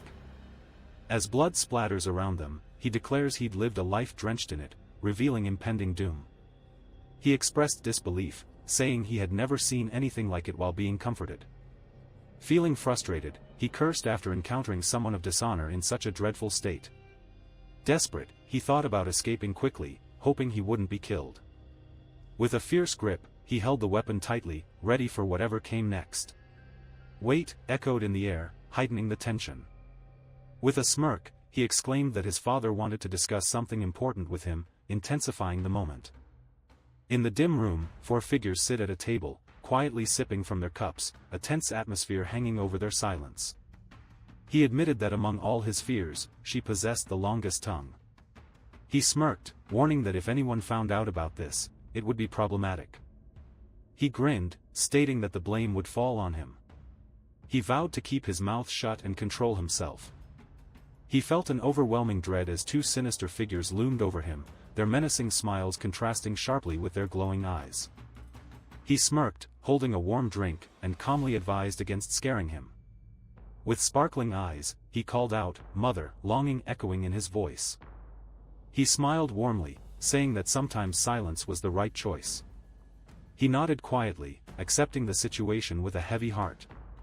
She remarked that at least he hadn't revealed her secrets, while he leaned back, smirking, confident in his own actions. He smirked, promising he'd emerge from the abyss once more. She confidently claimed, "I'm telling the truth," as the conversation intensified around the table. He pointed toward the group, exclaiming, "Boss," as tensions rose in the room. He yelled angrily, calling out for the blonde-haired kid, as the group of tough guys loomed menacingly behind him. He stood defiantly with arms wide, facing the intimidating group behind him, determined to confront them despite being outnumbered. He smirked, saying, "I'm the light-haired guy, it's me," with a confident glint in his eyes. He glanced back, an amused smile playing on his lips, while another guy in a green shirt shouted, "Hey!" to get his attention. He panicked, eyes wide and mouth agape, as he exclaimed, "This is unbelievable." He shouted that despite being strong, they were outnumbered. The tense atmosphere enveloped them as they prepared for confrontation. He questioned if someone had thought about dealing with the boss, his anger evident as he pointed. He glared, electricity crackling around him, as he confronted the person before him. He asked, "Dad, why don't you introduce us to each other?" as tension filled the room between the characters. He revealed that his son, who had been missing for 5 years, finally returned. He smiled while holding a cup, contemplating the level of his son. He panicked, exclaiming he didn't know his son's level, while another man calmly sipped coffee, pondering the situation. He asserted he had no system, while others reacted in shock. He yelled in disbelief, asking how he survived in the dungeon without a system for 5 years. He exclaimed in frustration, questioning what would happen if there was no system. He smirked confidently, stating that no amount of training could surpass 10. He questioned why they thought he was strong, pointing out it was all instinct without a system. He laughed, humorously doubting their understanding, suggesting they might be mistaken. He questioned, wondering how the newcomer survived such an encounter. He challenged the newcomer, asking if they wanted to see his true power level. He raised an eyebrow, surprised, and questioned, Curious, he awaited the response. He raised an eyebrow, realizing the situation was serious, and the other character confirmed it with a smirk, saying he lacked basic information. He enthusiastically explained that the system allows viewing monster levels. He explained that without a special ability, nothing can be gained. He mentioned that observation is a rare ability not possessed by all hunters. The group listened attentively as the conversation unfolded. He smiled confidently, addressing his father, suggesting a closer look. He looked troubled, wishing to gain some information about the situation. He smiled slyly, asking her if she wanted to see something. She stood quietly beside him, seemingly lost in thought. He expressed contentment at her presence, saying it was enough. He also mentioned that he already knew her well. He questioned what was happening, confusion written on his face. The others observed quietly, their expressions a mix of curiosity and disbelief. He stared at the mysterious figure, frustration evident on his face. No matter the effort, the results remained the same. Frustrated, he exclaimed that he couldn't see anything, while another figure stood calmly, shrouded in mystery. He explained there were only 2 reasons, suggesting either a problem with the system or a deeper issue. He remarked that the level is either too high or a deeper issue exists, leaving him unable to see clearly. He thought about the high challenge before him, feeling nervous. Meanwhile, a serious man pointed out his name, claiming he could see it clearly. He had survived for 5 years amidst overwhelming odds, while she noted that if he were a novice, he would have perished long ago. He mused that her level was too high for him to see. Meanwhile, she wondered what he had been doing for 5 years. He asked if they shouldn't talk about their situation. Meanwhile, she looked thoughtful, intrigued by the years he had been away. She smiled, stating that Sora was a strong boy. She teased him, saying it must be hard to return after everything. He looked distressed, touching his cheek while calling out, "Ma'am." A sense of urgency filled the air. He reassured her, saying everything would be okay while gently comforting her, emphasizing his presence by stating he was home. He embraced her, gently urging her not to cry, offering solace as tears streamed down her face. He gazed with teary eyes, emotion evident as he silently pondered life's hardships. He began addressing the group with a casual, engaging tone, drawing their attention amid the lively atmosphere. He urged everyone to move quickly, emphasizing the urgency about a long-awaited meeting. He asked about Akira and the others, mentioning that 2 hours had passed since their departure. He suddenly inquired about his brother, catching her off guard. He urgently urged her, pleading, "Just don't say anything." His intense gaze revealed anxiety. While observing her phone, she said he's fine but currently in the army. As she glanced at her phone, she mentioned he is fine, but currently serving in the army, showing concern for him. He angrily exclaimed that he hadn't seen him in ages, while his friend looked on, concerned. He asked if she was busy with something important while she focused on her phone. With a smirk, she replied casually, acknowledging him with a simple, yes. He explained that he was living because of the overwhelming will to survive. He asked if she could see right through him. He questioned whether she could really see through him. She replied, claiming she couldn't recognize others' traits, but then wondered how she knew him. He confidently insisted that he could foresee the future, while she touched his face, intrigued by his mysterious abilities. She playfully assured him that he would eventually return. He peered through the window, asking who was there, while another voice simply replied with his initials. He stood resolute as shadows loomed behind him, confidently questioning, who leads? He stood before his group, exuding authority, as he wondered, is there a return? A strong presence defined him. He curiously asked, why do you look so sad? His expression showed a mix of concern and intrigue. He asked if something happened, revealing a hint of urgency. His voice was low as he sought clarity behind the scenes. He questioned, suggesting a connection between events. Concern carved lines into his expressive face, indicating the weight of the situation. He explained that they usually dispatched an army to confront monsters, but the man had noticed a shift in how they approached the situation. Another cautioned that they wouldn't accept it too easily, while someone else claimed justice is found only when everything is fully justified. During a confrontation, one man declared it was time for a test, while another revealed that all had gone wrong with the titan fish. During their tense discussion, one man stated that the tiger fish must preserve neutrality, warning that it could only get worse from there. He emphasized that they cannot simply fold their hands in defeat, as it would negatively impact the future of the city.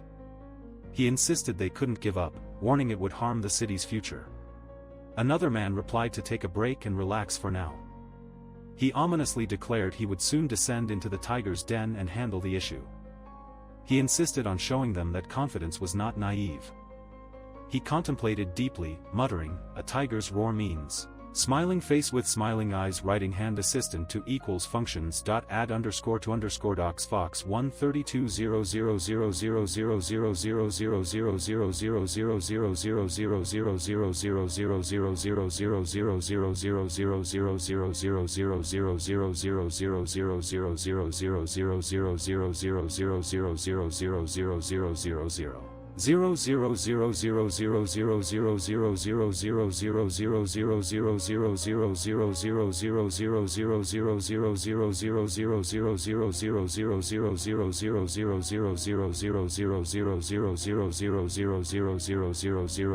1320000000000000000000000000000000000000000000000000000000000000000000000000000000000000000000000000000000000000000000000000000000000000000000000000000000000000000000000000000000000000000000000000000000000000000000000000000000000000000000000000000000000 to equals multi underscore tool underscore use.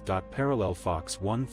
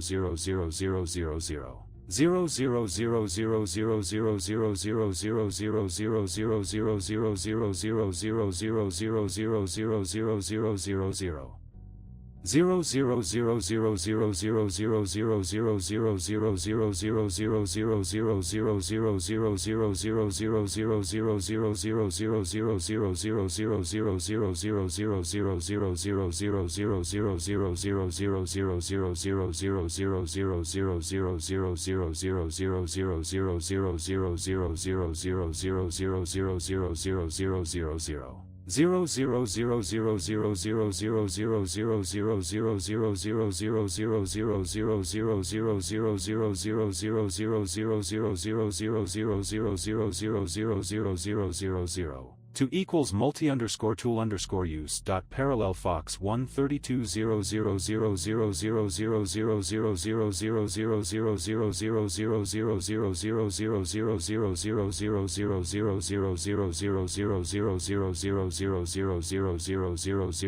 13200000000000000000000000000000000000000000000000000000000000000000000000000000000000000000000000000000000000000000000000000000000000000000000000000000000000000000000000000000000000000000000000000000000000000000000000000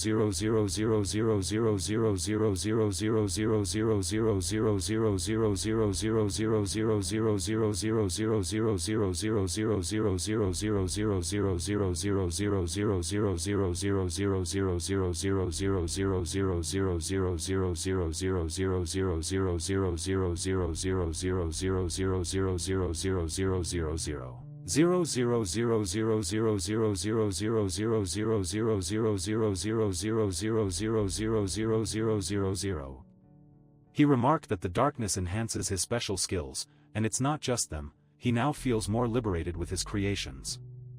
He wondered if his father was going to the meeting, feeling a hint of anxiety about it. He confidently stated that he would go with his father. He questioned whether he wanted to interfere, believing it might reveal his true strength. He entered the room, puzzled by her presence, and asked, "Who is that?" as she smiled behind him. He introduced the man as his son, Sora, who vanished 5 years ago in the Shadow Zone. He spoke with a hint of warmth, mentioning Sora's name, stirring memories of the son who had disappeared long ago. He stood somberly, stating there was no system, as tension filled the room. He questioned if he was an ordinary person, while another warned that without a system in any refuge, one wouldn't survive more than 3 days. He reflected on the slim chance of survival, realizing that without professional skills, his situation could deteriorate faster than anticipated. He shared some good news but questioned his boss's tiredness, wondering why he would return if he was exhausted. He acknowledged the truth and said he would go home with his mother soon. He had an idea and suggested showing her their home and territory. He wondered what they thought of his strength in battle. This outcome was expected. After all, he was just an ordinary man in a system-controlled world. He thought about whether to hide his true strength and acknowledge the monsters threatening him. He replied with a simple "all right," while others looked tense. He regretted missing the chance to witness his strength. They demanded help, their confidence radiating in the tense atmosphere. He reassured her, saying he's just worried about her well-being. After a long time apart, he admitted he's been worried about her safety. She reassured him that everything would be fine because he was strong, while she often looked back at the visions, hoping for a safe future. She gently chided him, but he insisted he was no longer a child. He reflected on his mother's exaggerations about the dangers, yet his father would often confront him regarding army enlistment. He questioned the conditions at the shelter and wondered why Tigran was treating them poorly. He reflected on the shelter's management and how poorly Tigran treated everyone. She mentioned that her father founded an alliance and was working to find him. Reflecting on the rising tension, she noted that everyone's desires were focused on finding family members. They were focused on securing food and money, while she expressed concerns about her father not wanting to send help with the survivors. She revealed how they had managed to protect the place for 4 years. She explained that several months earlier, a large clan of hunters had attacked their fourth refuge, forcing them to establish their new base. She stated that conflicts have not ceased ever since. He questioned why the military stays uninvolved in ongoing conflicts. He pondered the enemy's growing strength, realizing the military could no longer hold them back. The fierce battle at the tower required an extraordinary effort. She warned him about the information regarding the upcoming attack, emphasizing it couldn't be ignored. He ominously warned her about the upcoming threat, revealing he was the one with the tiger's claw. He smirked, asking about the divinity of the tower, sparking curiosity. He explained that the tower's leaders possess strength comparable to divine beings and warned that overcoming divine trials would grant immense power. He shared that the tower's leaders are regarded as divine beings, and added that they also act as guardians within the tower's walls. At that moment, she revealed that the current tower has many spirits haunting it, while also mentioning that each spirit exudes destructive power. The locals mentioned their love for the nearby tower, yet it seems no one ever truly occupied it. They felt united in suffering, despite a sense of despair. He reflects somberly, stating it's a bad situation. He stops, suggesting that if people love gatherings, why not let participants act like Yakuza? She raises an eyebrow, asking, what? He smirks, casually stating that it's just his personal preference. He glances over, smirking while she leans in, whispering coyly about feelings, creating a teasing atmosphere. He stands beside her, questioning, what's the difference? Everyone is happy anyway, as she gestures playfully toward the light. He teases her by saying she looks tired, while she playfully invites him to take a bath, clearly enjoying their banter. He looks surprised as she playfully suggests calling her if he wants a back massage. He stands in the dimly lit room, realizing she was right. He realizes she has left, accepting the moment in silence. He didn't suspect the situation was this serious. He couldn't shake off his worry for his father, glancing anxiously out of the window. She reminded him to take a break, noting how difficult it could be with children. He recalled his father's warning about the shadowy group, urging caution in their dangerous business dealings. He pondered his father's warning about the shadowy group, noting only the light shining at the center. Was it easier to just walk away? He quietly called out for Bo-Tam, his expression serious and focused amidst the ominous backdrop. Surrounded by ominous figures, she questioned why her head spun. After he strengthened the fragment of the beast, he felt even more regretful, expressing that he couldn't forgive himself. He was bewildered, questioning, it can't be, not them. His expression revealed a mix of disbelief and concern. Standing on the edge, he exclaimed, that's the voice of that guy. His sudden realization filled the moment with tension and anticipation. He remarked that someone was hiding nearby, but he couldn't sense their presence at all. He felt a mix of frustration and urgency, realizing someone had infiltrated their hideout. He groaned in distress, rubbing his temples, overwhelmed by confusion. My head is spinning. He asserted he wouldn't allow anyone to escape again, feeling a renewed determination. Then, he muttered, again. As shadows loomed overhead. He realized the issue lay within his soul, contemplating deeply. He felt a deep anger as she warned him, she's gotten into my head. He clenched his fist, feeling a surge of power, ready to unleash it. He asked if it was an illusion as shadows seeped around them. I won't let you escape, you foolish family, echoed ominously. He smirked, declaring that her soul belonged to him. Is this the mark? He questioned, as shadows danced ominously around them. He shouted fiercely, declaring that he wouldn't let her escape, family or not. He yelled in disbelief, asking what she was doing at night. He cursed, realizing he had shouted too loudly and everyone was alerting him. He shouted for everyone to hold on tight as the intense scene unfolded, tension hanging in the air. He dove through the cityscape, wondering about the vanishing illusion. He firmly declared that he wouldn't allow her to escape, as shadows danced around them and she reappeared once more. He questioned if she had disappeared from the world entirely, shadows swirling around him as he focused intensely. He felt an urge to investigate, standing on the rooftop beneath the glowing, full moon. He stood alone under a streetlight, checking his watch, while two others passed by, unaware of his presence. He seemed to understand, standing under the spotlight with a serious expression. If he stays in darkness for 7 seconds, the mark activates. He feels dizzy, contemplating the consequences of his mark activating when he remains in darkness for 7 seconds. He smirks, confident as darkness surrounds them, their souls intertwined. He acknowledges the situation, saying only he sees it. The girl gasps in shock, realizing he's already faced 8 opponents. He runs his hand through his hair, feeling the burden of approaching danger, as a voice in his mind warns of a growing noise. He walks, hands in pockets, contemplating the fading time and the elusive figure he can no longer see. He wondered why this had never happened before, pondering his isolation in the dimly lit room. He thought it must be this way, feeling the overwhelming weight of chaos around him. He thought he might find a way out, but an ominous presence declared it wouldn't let him escape. He realized he must strike at any moment, knowing the danger of hesitation. He knew he had to find his father first.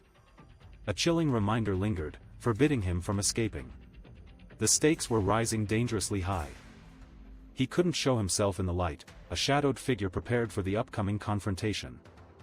He commented that, if things were as stated, the army was no longer needed in guilds unification. Alarmed, he realized that meant his father was in danger. Uncertain, he wondered about the hidden strong people here, fearing the army might soon invade unexpectedly.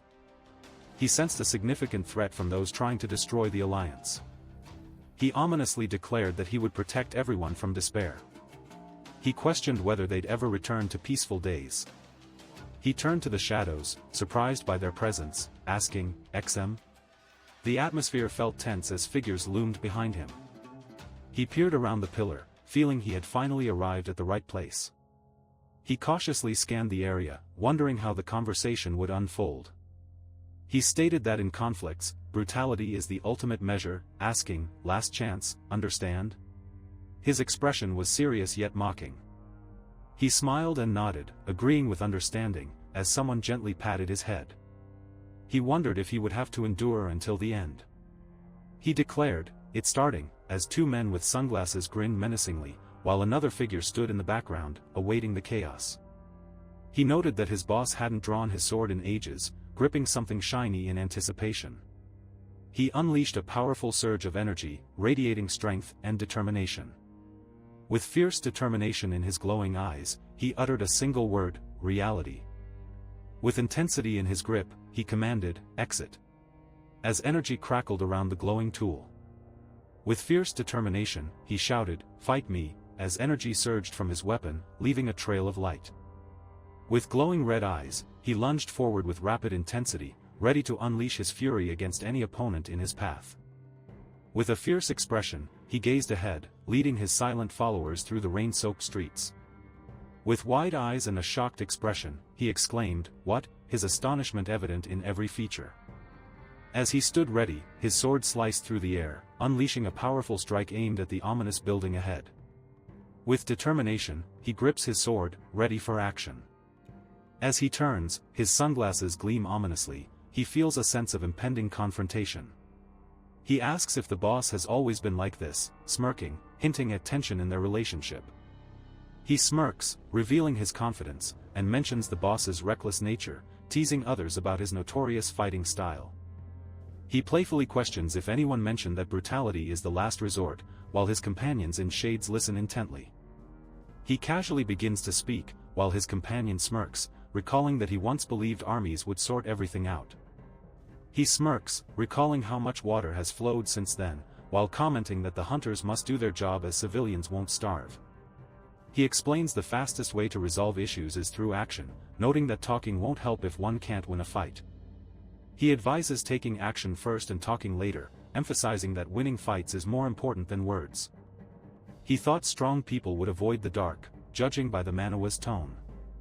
He wondered if something was wrong, reflecting on how strong people sometimes act tough, just like his father. As he sweats nervously, he senses danger looming, recalling that his tough demeanor hides deeper fears. As the full moon looms behind him, Yukio Shashenzi stands resolutely, embodying a mix of calm confidence and hidden determination. With activated watchful eyes, Yukio gazes intently ahead, ready to face any challenge. The full moon's glow enhances his focused expression. A massive monster looms, resembling shattered pieces, no signs of heavy weapons or anything else. He felt the pressure building, noting the strong people around him. Action is necessary, he thought. Amidst the crowd, he felt intense pressure, determined to act. Mukadzima, he shouted, drawing attention as strong figures surrounded him. Amidst the crowd's tension, he shouted in desperation, questioning how they thought he'd escape this chaos. He glared, stating that much has changed, especially with despicable traitors like him around. He thought it should have been done back then. He smirked, suggesting, why not do it now? Are you afraid? His expression revealed a sly confidence, challenging someone to take action. He raised an eyebrow, asking, what? I'm not letting this go. His serious expression hinted at his determination to confront the situation. He gripped the sword tightly, energy crackling around it, ready for action. He clenched his teeth, sweat trickling down his face in distress. He felt the pressure build as he strained to hold his ground, sweat glistening on his forehead. Was that truly not enough? He pointed at the opponent, accusing him of cowardice, saying he couldn't even draw his sword. He shouted angrily about becoming a top-tier fighter, demanding a response. He launched himself into the air, swinging his weapon decisively, ready to strike his opponent with fierce intent. He gripped his weapon tightly, ready to unleash his attack as a ghostly figure loomed in the shadows. As shadows clashed, one figure laughed sinisterly while the other glared back fiercely, the tension palpable. With an urgent warning, he shouted, not another step further. The atmosphere crackled with tension. He charged forward, shield raised, ready to face the approaching enemies, while tension filled the air. He looked alarmed, urging someone that it's time to fight in the hideout. Osamu Yujui, Stage 63 Killer. In the hideout, he questioned why Osamu Yujui was there, wondering about his unusual presence. He glanced with intrigue, questioning if that soldier upheld the tiger's grip, while another silently rejected the notion. He sensed there were many people involved in this task, gazing at the damaged building with urgency. He wore a worried expression, realizing he was definitely not here by chance. He braced himself, gripping his shield tightly, ready for the coming confrontation. He recognized the soldier who aided the tiger shark, his expression serious as he prepared for what lay ahead. He warned them, stating that disobeying would lead to serious consequences, as he stood firm, embodying authority and urgency. With a chilling smile, he asked, will you follow our orders? Or face the consequences? The atmosphere was tense and foreboding. He revealed their plan to arrest him, stating they escorted him with the law in their hands, creating a chilling atmosphere. He feels unconcerned about his corruption being discovered, claiming even if they learn, it won't shake him. Tension fills the air. Feeling invincible, he believes their attempts to expose him will fail, even making his sentence disappear like a mere coincidence. Confident in his strength, he declares that without him, the group crumbles, attacking fiercely. Curious about the conflict, he asks why the military pushes so far when balance is at stake. He is puzzled, unsure of the other's intentions, yet realizes he cannot afford to be reckless. He confidently tells his opponent that he's mistaken, insisting there was no mistake. He reflects that, as someone who supports the announcement, he cannot admit guilt without evidence. He confidently claims that the damage is clear evidence of a sword's impact. He smirks, reminding someone to stay quiet in a tense atmosphere filled with shadows lurking behind him. He confidently states that he was trying to change the subject, not start a duel, as tension hangs in the air. He tells the other guy that it seems he doesn't understand. He smirks, insisting that the decision belongs to him, not the other. If I say this points to a duel, then it does. He confidently remarks that the other lost the moment they arrived, adding that it's time to simply stand still. He appears tense and focused, sweat glistening on his brow as he grips a weapon, ready for whatever comes next. He stands resolute, faced by a crowd, one voice urgently calling, "Boss. Don't play around." The atmosphere is tense with anticipation. He frowns with determination, urging his group to fight, while another member insists they should hold their ground. He smirks, taunting his opponent with confidence, while another character emphasizes their advantage, declaring they won't shoot back. He contemplates the difficulty of stopping a powerful opponent at level 63, pondering the challenge with a hint of frustration. He exclaims that if they take the bait, they can escape. He bristles with intensity, daring his opponent to approach.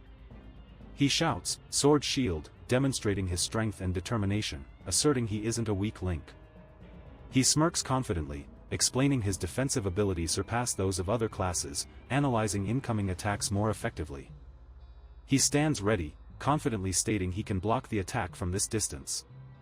He confidently claims that his shield can only block swords. However, he adds that its resistance level is significantly higher. He boldly asserts his shield withstands a level 60 attack, even though he thinks it might be pointless. He reads the attack's name as "mortal," but doubts it seems futile against his shield. He yells, "Let's go, torturer," as determination fuels his reckless charge. He smirks, asking if she now agrees to join him in prison with the torturers. He demands a decision, his expression serious and intense.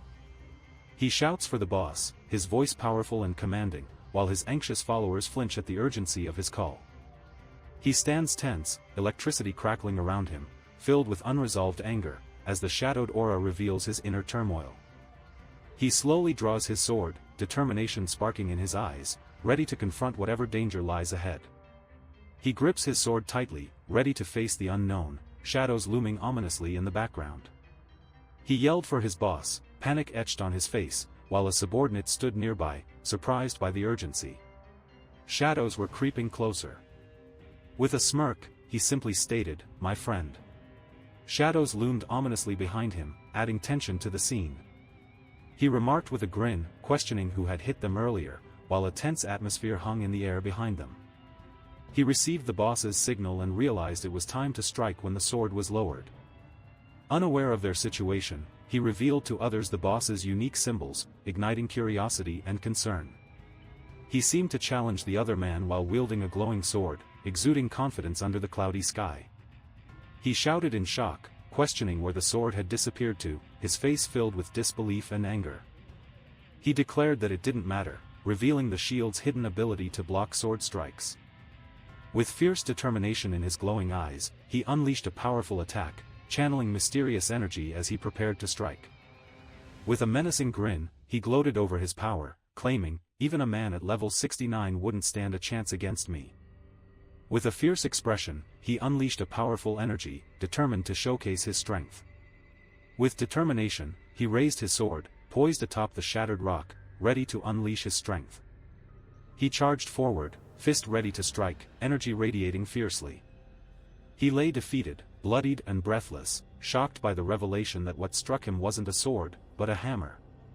In a moment of shock, he reached out as fragments of stone floated around him, realizing the power at his fingertips. Realizing his target, he shouted with intense determination, revealing his unwavering resolve. He shouted angrily that anyone who touched him would face consequences, charging forward with fierce energy. He shouted for everyone to stop, his fist clenched, radiating intensity. He yelled for everyone to escape, pointing fiercely at the threat approaching, while the tension in the room reached its peak.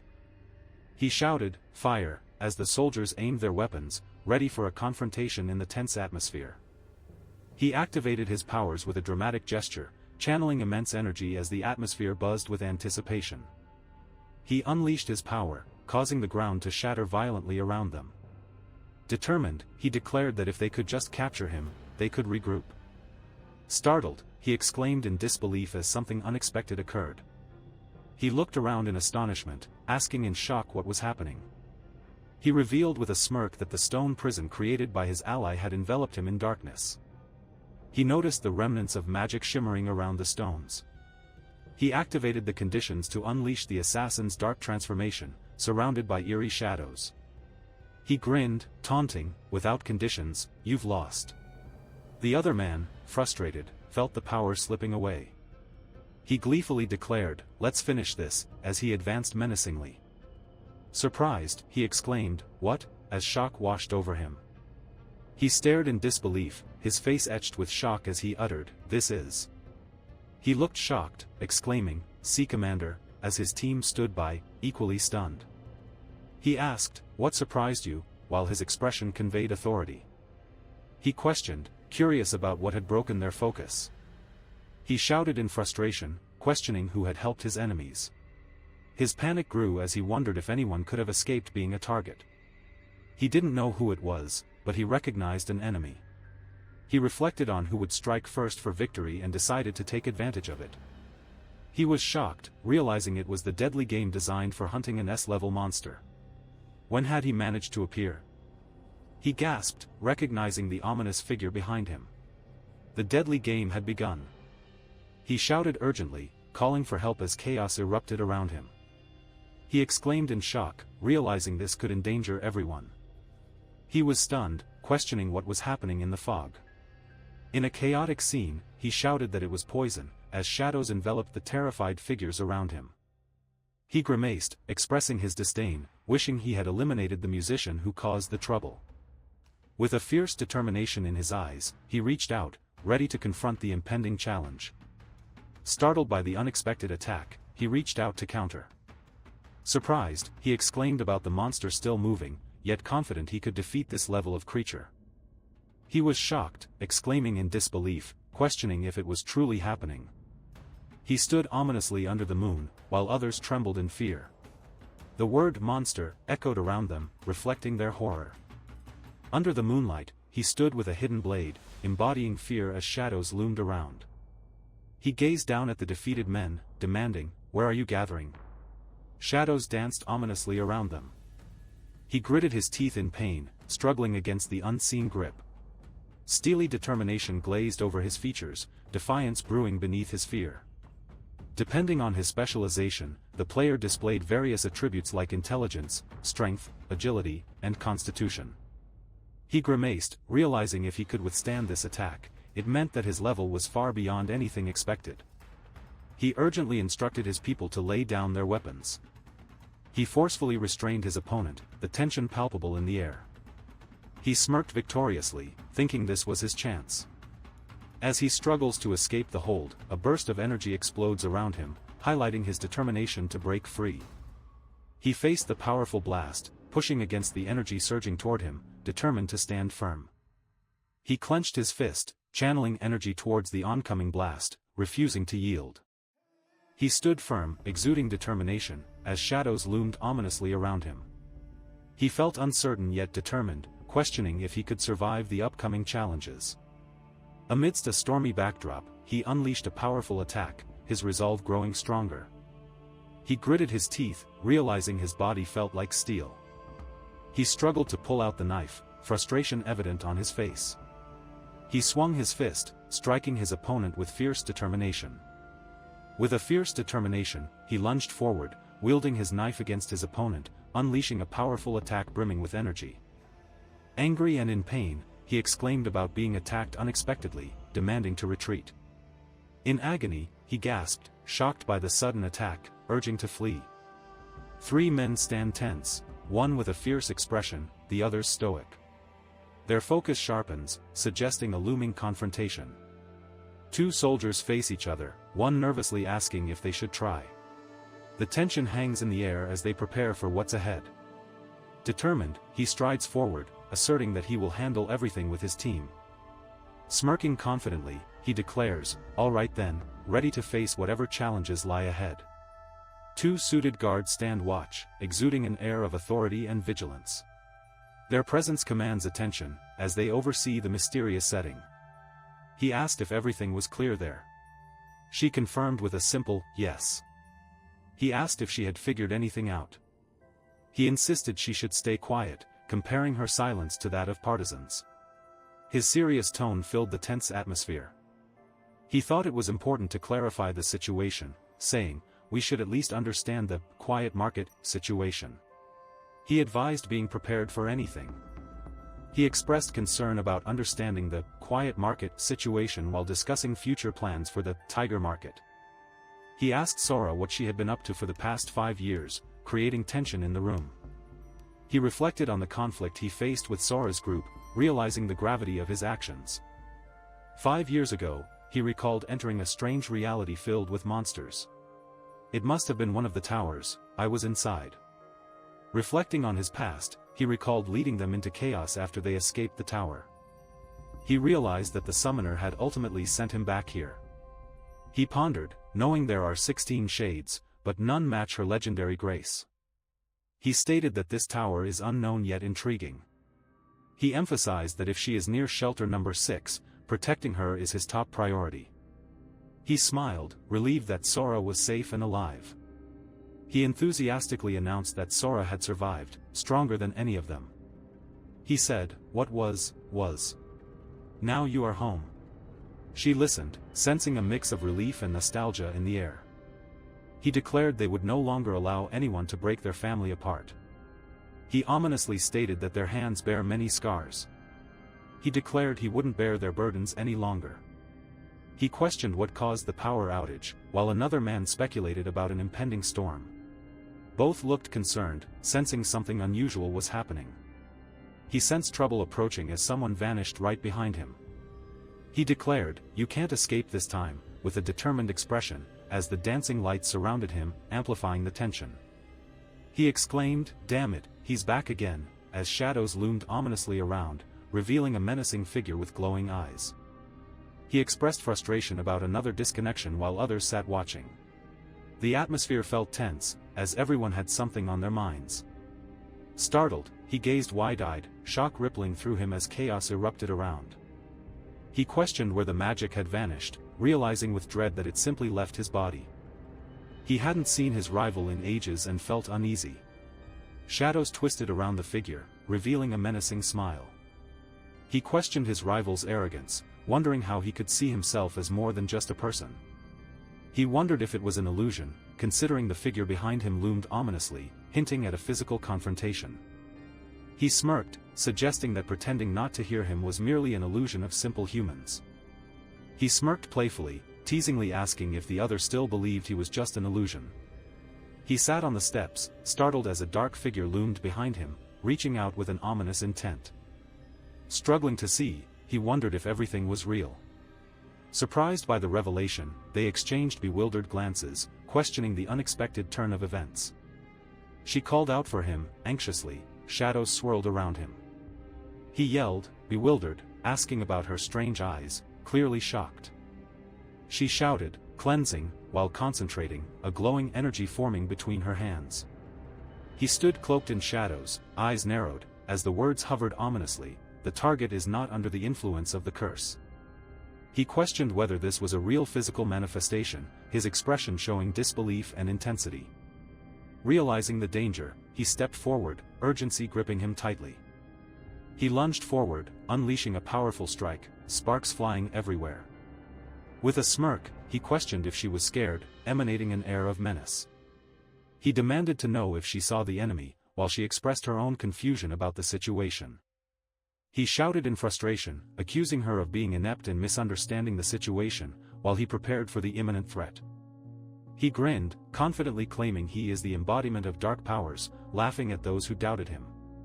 He revealed his dark powers, boasting about having black crystals, while confidently displaying his energy. He taunted, claiming that no one would escape his dark gaze, inviting them to join him for a greater power. He reflected on divine madness, recalling stories his mother told.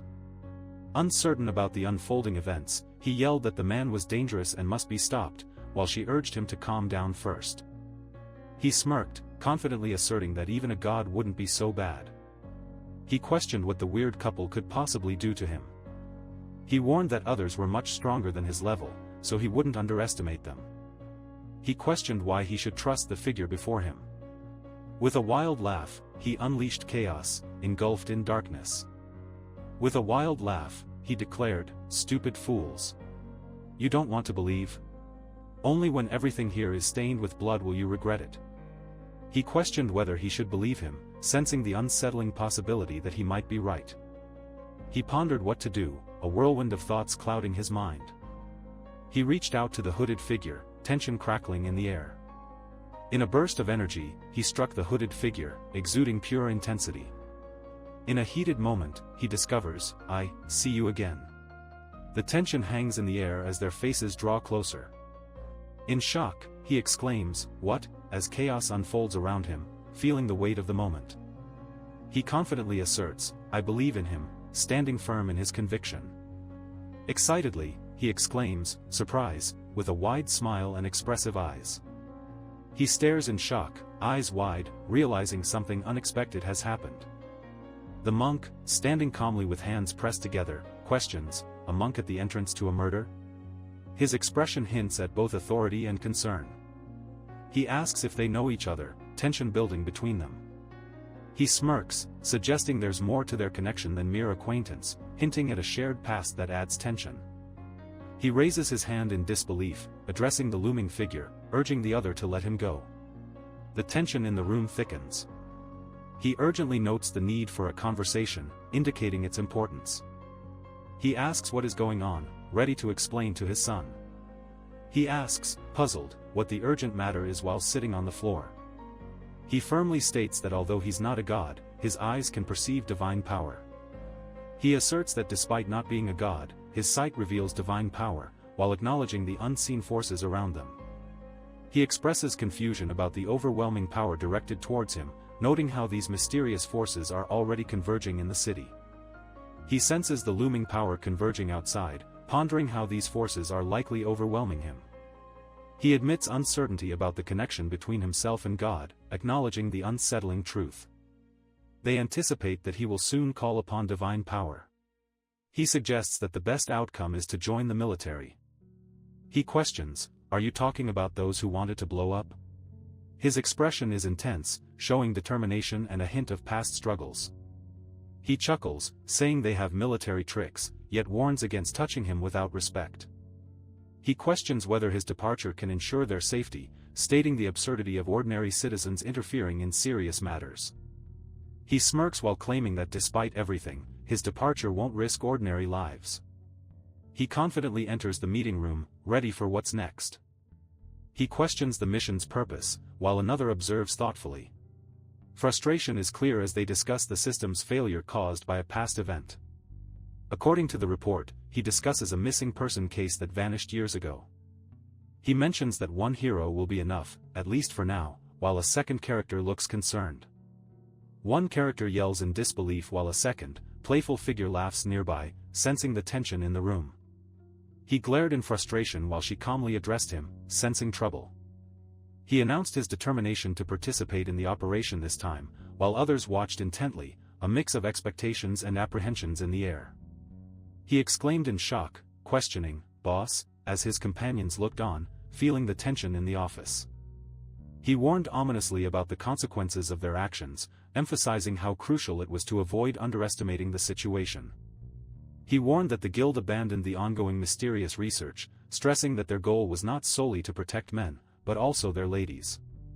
He contemplated deeply, determined to rid themselves of everyone once and for all. He stood in front of the Alliance building, sunlight casting shadows, contemplating the complexities ahead, ready to take decisive action. He noted that it was time to visit the command center and meet with Misato.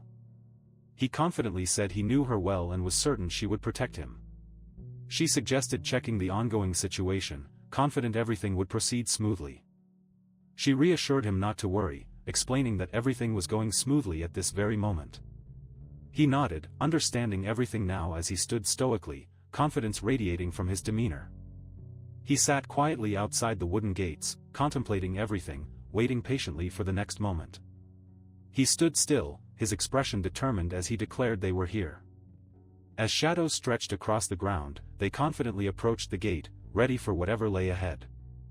With a fierce determination, she launched forward, surrounded by a whirlwind of shadows and light. With a dark aura surrounding them, the group stood confidently, ready for the impending challenge. He shouted with urgency about a critical situation while another man watched, seemingly unfazed by the chaos. He confidently addressed the group, exuding charm, while others observed in the background, some intrigued and others wary. He shouted in disbelief, questioning the identity of the mysterious individual before him, sweat trickling down his face, feeling the tension in the air. He smirked, saying he enjoyed the surprise, while his companion, casually acknowledging him, smiled back with an air of confidence. With a fierce glare, he used his powers to push back dark tendrils, asserting his dominance in the face of danger. His startled expression revealed confusion as dark tendrils emerged, exclaiming, "What is this?" He grimaced, realizing they were trapped, warning everyone about the looming danger with the dark spirit. He smirked confidently, showcasing his impressive skill set listed above, while others looked on in awe. He observed the group, noting their distinct abilities as one remarked, "The difference in skill level is clear." He turned to his companion and questioned, "What is this mass arriving at night?" A foreboding spirit whispered that danger was near. He asked, "Where is he?" The other, confused, replied, "I don't understand who you're talking about." Frustrated, he shouted, "What are you talking about, Lycee?" His expression reflected confusion and annoyance, intensifying the moment. With a sly grin, he remarked, "It seems you're lacking manner." His confidence revealed a challenge hidden behind his playful tone. With a fierce expression, he challenged, "It's hard to want it like this. Tell me." With determination, he activated the barrier, aware of the stakes. They stood together, acknowledging the unexpected challenges they had just faced, realizing the stakes had now risen. He shouted in frustration, how infuriating, as he sprinted forward, determined and full of energy. Despite any setbacks he faced, he remained determined to elevate their spirits, expressing his resolve with a fierce glare. He warned that she was underestimating the gravity of the situation, gripping her hand tightly. He shouted in disbelief, asking why his level had dropped by 30 ranks. He smirked, questioning what she could do without her high level. She unleashed energy toward him, determined to overpower his swift escape. Facing the mysterious figures, he felt an ominous tension in the air, as a confrontation loomed closer. He warned that anyone near the dangerous situation was risking their life, suggesting their level was already dropping dangerously. He stood at the edge, a strange energy surrounding him, chuckling ominously. She watched, sensing the danger in his laughter. His eerie smile grew wider as he exclaimed, "It's even more interesting." The atmosphere was thick with suspense. He called out, "Rimu," with an unsettling grin, while she looked on, visibly anxious in the eerie atmosphere. He focused intensely, channeling energy through his outstretched hand, determined. While others gathered, he cackled, claiming the power was his. "As long as I have it in my hands, you can't stop me." As the rain poured, they shielded their eyes, feeling the storm's intensity grow. As rain lashes down, he adjusts his helmet, determination etched on his face amid the storm's fury. He scowls as he enters the arena, noticing the chaos unfolding, muttering a curse under his breath. He remarks that no one should provoke him again, while standing confidently amid the gathered crowd. He questions what everyone has done to their boss, glaring at the crowd, his eyes glowing ominously. He confidently declares they will simply eliminate the problem, gripping his weapon tightly as the crowd watches nervously. Amidst the crumbling buildings, a group stands resolute, confronting the aftermath of destruction. In the midst of rubble, she asserts, "This must be, and I am Tsunazaki." Determination radiates from her in the chaotic aftermath. In the aftermath, he insists, "I need military protection for my promise." His resolve stands against the chaos surrounding him. He urges the soldier to lower their weapon, creating tension amid the turmoil. He questions her, asking if she is an annoying pest. She confidently approaches, ready to discuss something important with him. He looked tense, surrounded by people, as rain dripped down. She stood in the background, glancing at him. He gazed upward, whispering to the great gods, lost in thought. She demanded, "End my battle." Her eyes shone with determination. She proclaimed her overwhelming power, her confidence shining as others watched in awe. She expressed her confidence, asking how one could resist her immense power while a grand arena loomed behind her, setting the stage for an epic confrontation. He ominously proclaimed defeat, while she stood confidently beside him, embodying the tension of their impending clash. He warned her, claiming they would experience true despair soon. He asked what the 5 representatives meant, expressing urgency and concern. He looked serious, as if contemplating something important, and said a reluctant goodbye. He looked troubled as he remarked that the show's star was still on the way. He smirked confidently, asking who would challenge him to death first. He gazed into the arena, challenged by Esr Ryuzi to fight. Confidently, he strode through the ancient arena, flanked by his allies, ready for whatever challenges awaited. He admitted his carelessness led to their current predicament, reflecting on the consequences of his actions. He assured the other that it wasn't their fault, they were all in the same boat. He expressed hope for better chances ahead. He acknowledged that she was unfit for the battle, suggesting that if the three of them worked together, victory could be theirs. He placed a hand on the shoulder of his companion, a confident smile on his face, as they shared a moment of camaraderie. He declared that Esr Arkasa was the strongest among them, his serious gaze captivating those around him.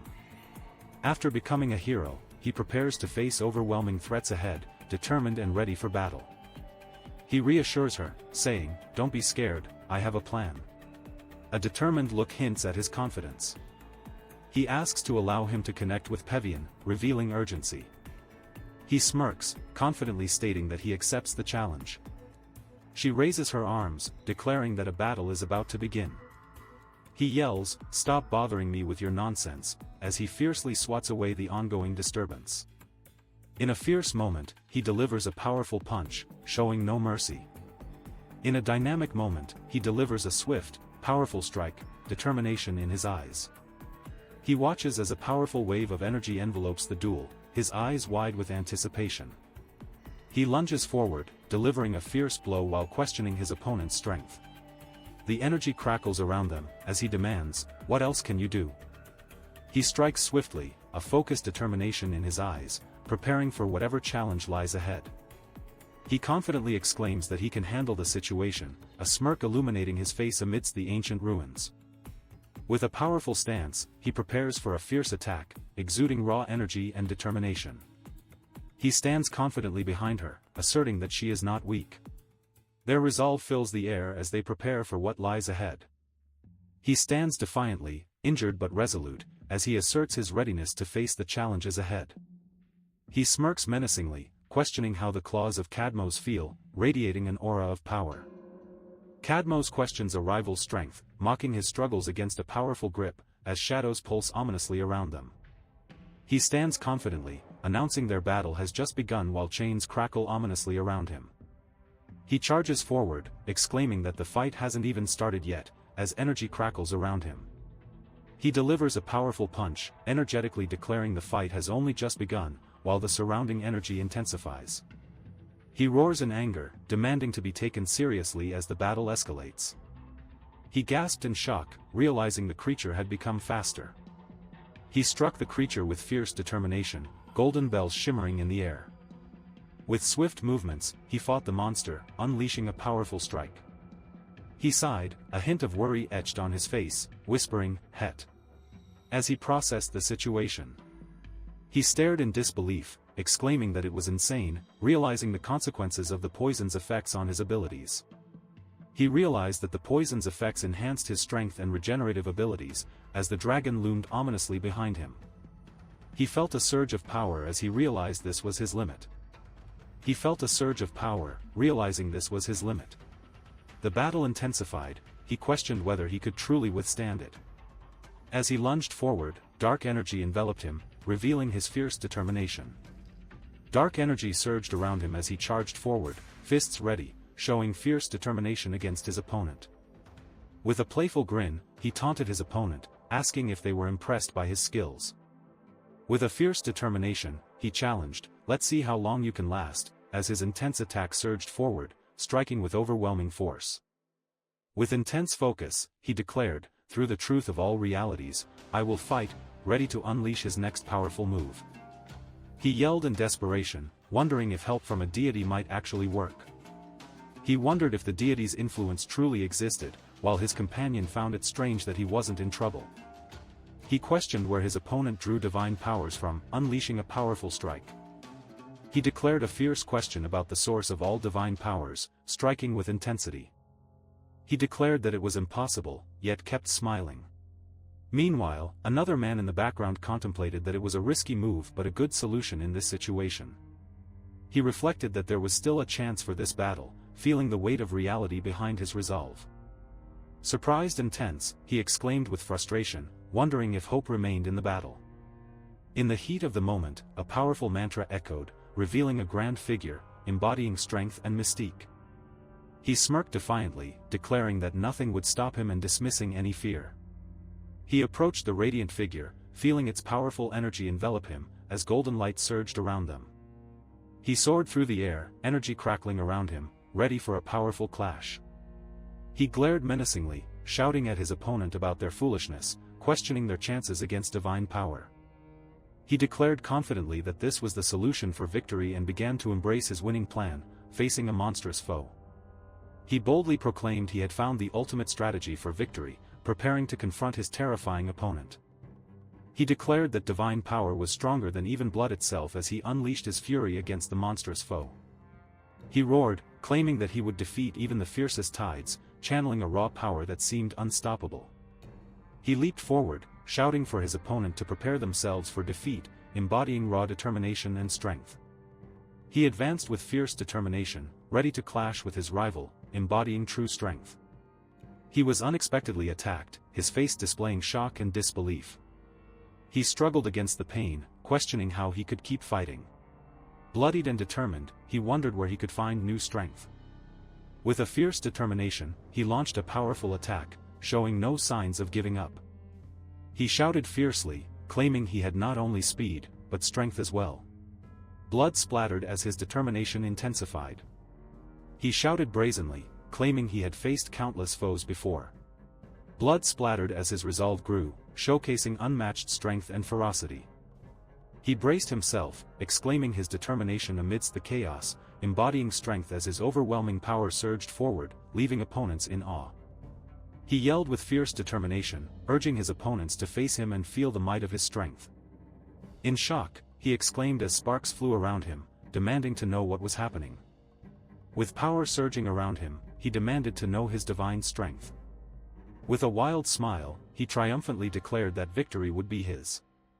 Amidst the chaos, he struck with power, causing shock. A mysterious voice panicked, asking what was happening.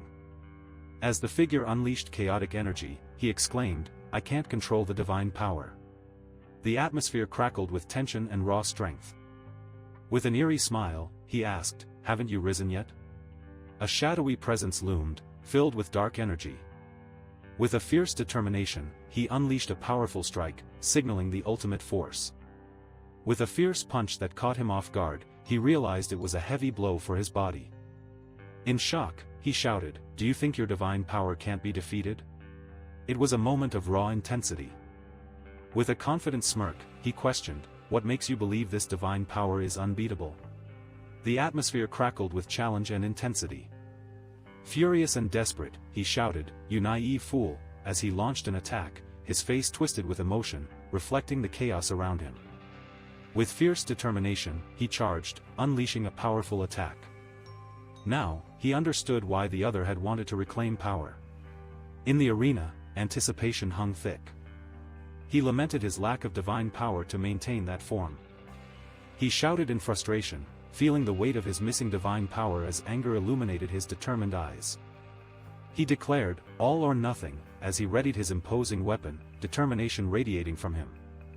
He gasped, recalling the terrifying poison coursing through his veins. He and his friend shouted in disbelief at the sight of the drums, unable to comprehend what was happening. It felt impossible. He raised his arm defiantly, shouting a challenge to an unseen enemy in the chaos.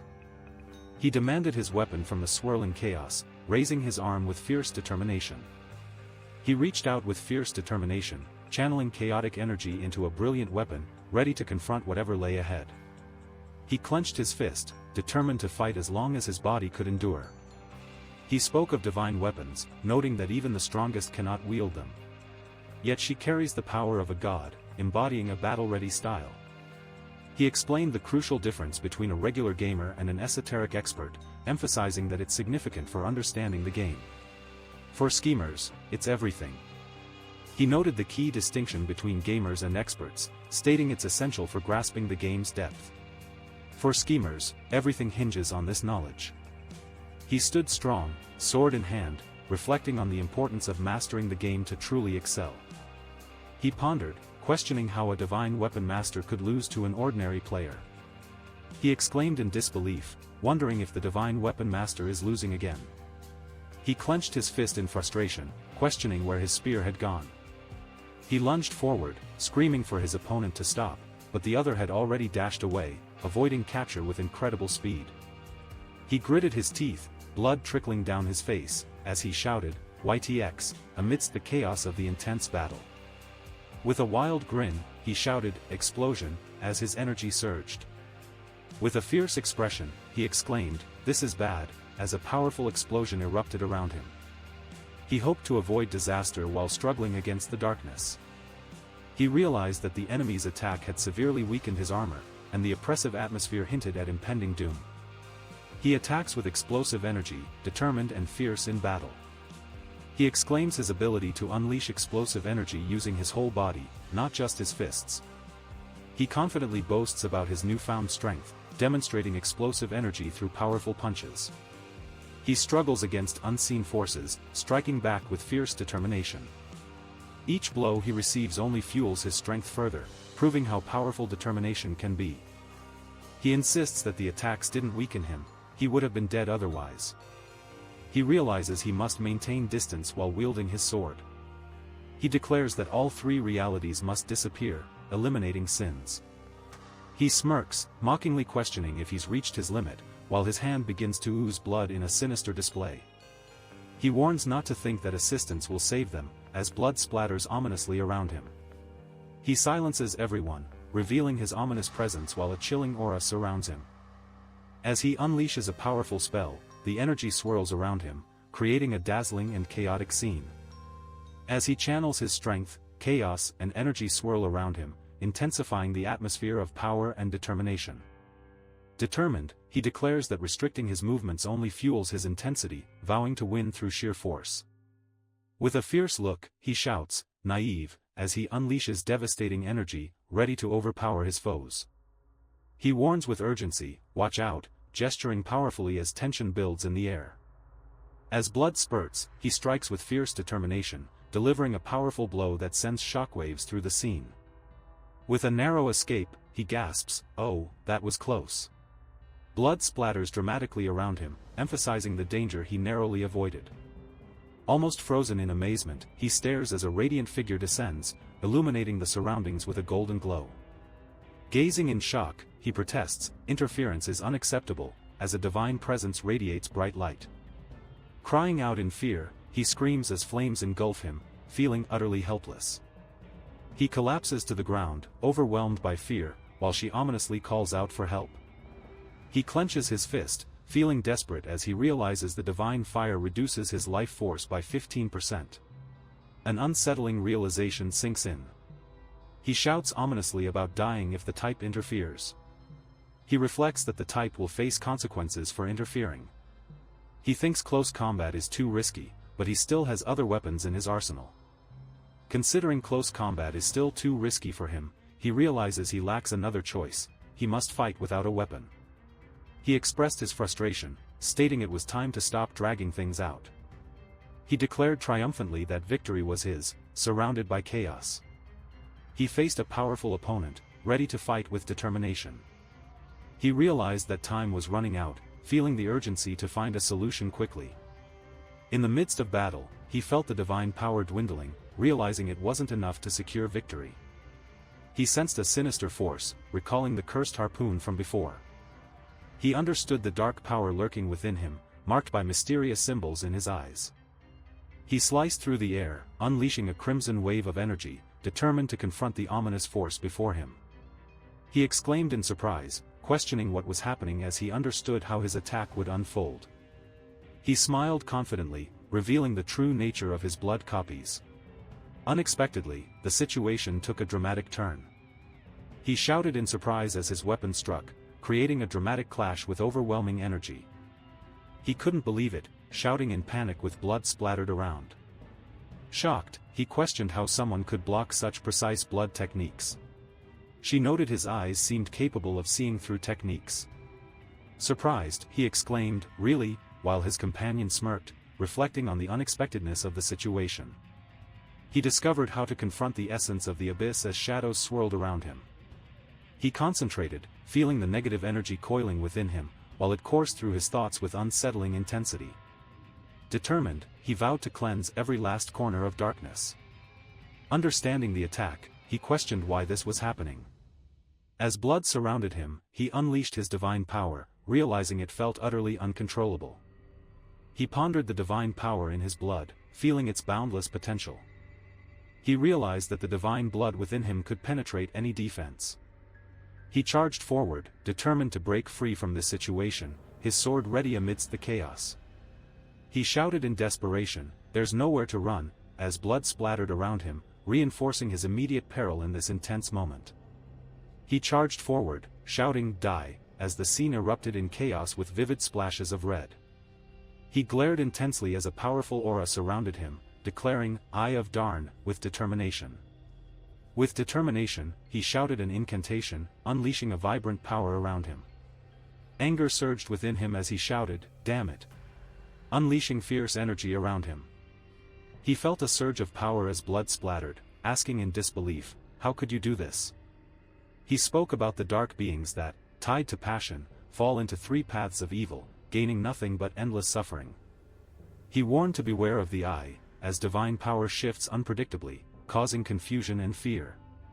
She shouted that all his attacks were meaningless, asserting her superior power.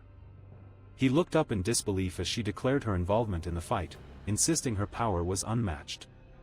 He stared in shock, overwhelmed by the glowing aura surrounding him. She warned him about the danger ahead while gesturing fiercely. He angrily demanded justice for their boss, insisting on immediate action. One man echoed his call, seeking resolution before it escalated further. They decided to simply wait for his victory to arrive. He stood ready, his confident stance promising victory as his opponent hesitated, surrounded by emerging magic. Frustrated, he shouted that he didn't need anyone's help. Startled, he stared in shock, confusion evident in his expression. He summoned a powerful form, flames swirling around him, astonished yet focused. He yelled in frustration, addressing the cursed monk with rage. He angrily called the monk a wretched being, expressing his fury and disdain. He learned that the first lesson from monks is control, as an ethereal figure loomed behind him.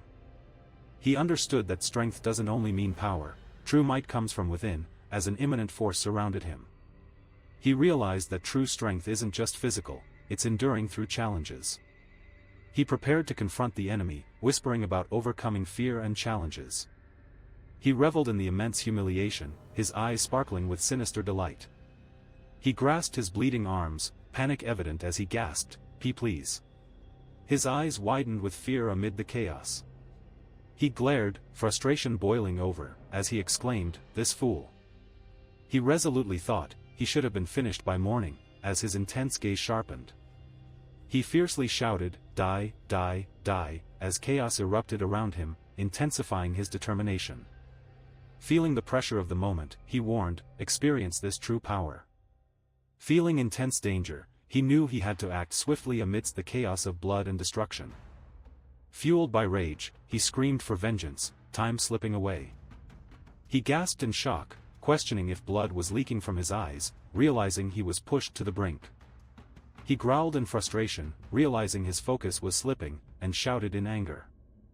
He faced the towering, glowing figure, determination lighting his resolve amidst the chaos. With a sly smile, she teasingly counted down, anticipation sparkling in her eyes as the surroundings hinted at an impending clash. With a serious expression, he murmured her name softly, while she replied with a faint frown, sensing the weight of their surroundings. With a confident smirk, he counted down, while the other man shared a knowing gaze, sensing the gravity of their conversation about divine protection and faith. With tears streaming down his face, he prayed fervently, everything converging dangerously in his mind, resembling a daunting divine judgment. He unleashed a powerful attack, energy surging around him dramatically as the surroundings erupted with blinding light. He radiated raw power, channeling energy as dark remnants floated around him. He stood tall, surrounded by a swirling mass of energy, exuding sheer power as darkness swirled around him. He believed he had ended it before darkness reached its limit. She stood confidently, declaring the first battle for the promise of a covenant. He smiled, hands together in prayer, as joy erupted around him, celebrating Shujin's victory. She unleashed a powerful surge of energy, rendering him helpless. She questioned his healing with a mysterious expression as he looked down, lost in thought. Lost in thought, he felt a chill as a skull floated above him, revealing his inner turmoil. He urged her to try harder, concern etched on his face as they faced the challenges ahead. He stood determined, confronted by two ethereal warriors, swords raised, preparing for an epic clash. Concerned, he expressed disbelief about losing in such a place. With an uneasy smile, he apologized, revealing his inner conflict. He shouted, "Shut up, throw it away," as debris scattered around. He noted that his father is greatly disappointed in him. He struggles as he pleads, fearing his father's disappointment in him. He anxiously warns another character not to grab the piece. He braces himself as the energy spirals toward him, desperately dodging its lethal grip. He screams in agony, covered in blood, as an unseen force strikes. Shadows loom ominously around him, amplifying his despair. He questions how they can treat their own kind so badly, reflecting deep concern in his expression against a stark backdrop. As he lies defeated, two figures loom over him, stating, "Until we meet again." The atmosphere is heavy with tension and inevitability. With anger etched on his face, he growls a wordless threat. His fierce expression reflects determination and defiance. He confronts the hooded figure, grappling with a mixture of urgency and exasperation, while two companions watch, casting tense glances in the midst of ruins. He vows there will be no more deals as his fallen opponent struggles nearby, and a mysterious figure looms, observing everything with quiet authority. Cloaked in ominous energy, he declares it's the time for action, channeling a powerful force from his hand. He proclaims the end of the world, wielding a dark spear while shadows swirl around him. Silence stretches between them as he contemplates their dire situation, joined by another wearing a distinct hat, both aware tension lingers in the air. He decided to take responsibility for the situation, determined to face whatever challenges lay ahead. He handed her a mysterious item, warning she was going against the strongest. He assured her this would help. He promised to find a use for the mysterious item, determined to make it valuable. They bid farewell, promising to return soon, each determined to face what lay ahead. Standing confidently, he holds the sword, contemplating the battle ahead. Despite the odds, he feels time slipping away, urging him to make quick choices. He plans to close the distance quickly as he faces a shadowy figure, preparing for a swift attack. He strikes quickly, planning a series of rapid blows, not giving his opponent a chance to react. He plans to find a weakness and deliver a final blow. He strategizes to exploit a weakness, ready for his ultimate attack. She confidently commands the warriors to take position, declaring, "Yes, it will happen." Glowing in light, she radiates determination. As shadows swirl ominously, he shouts, "Battle," unleashing his power. He plans to slip between spirits at incredible speed. He called out, surprised and tense, "XM." As dark energy swirled around him, tension filled the air. He questioned if this was all the samurai could do, wondering about their supposed tactics, as dark energy surrounded him. He swiftly slashed through the air, his movements precise and powerful, leaving a trail of dark energy swirling around him. He was taken aback, his eyes wide with disbelief as he shouted in shock, "What?" His surroundings shimmered with tension.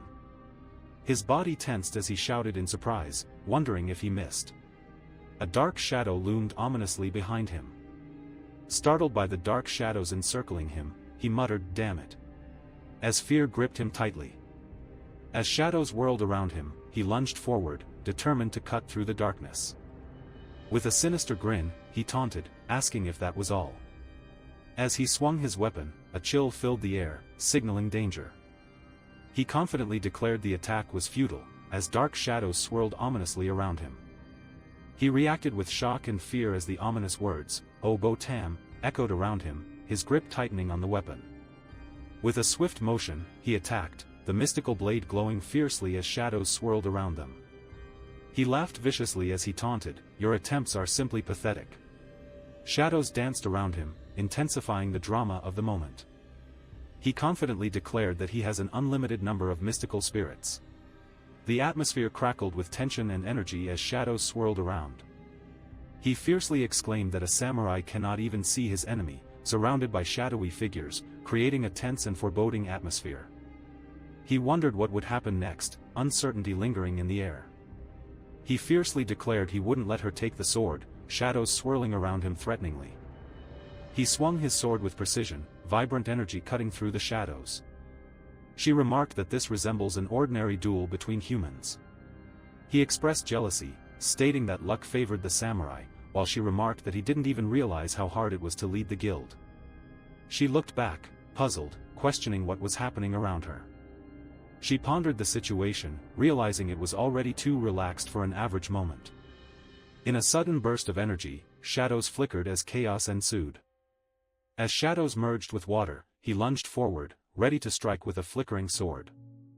As shadows swirled ominously, he wondered aloud about the new technique he was observing. As she shouted a warning, a sharp tension filled the air.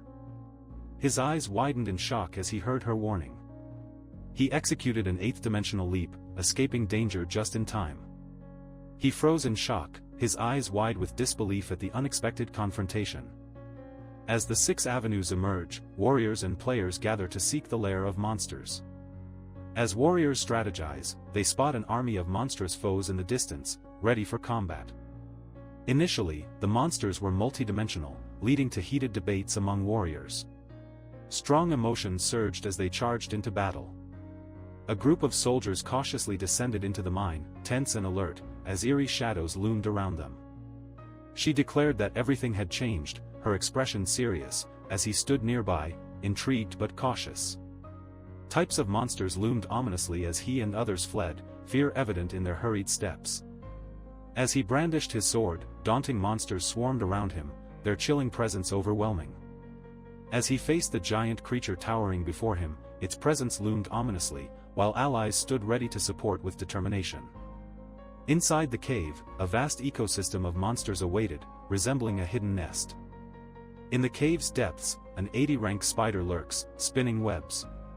Shadows of adventurers gather, sensing the danger. At that moment, humanity stood no chance, and then, the female adventurer shouted, urging her companions to fight against the advancing threat. The monster loomed threateningly as Sakuya urged her friends to escape, emphasizing the need to fight. Courage surged among them against the overwhelming threat. As Sakuya leaped into action, she bravely confronted the monster, unaware of what would happen next.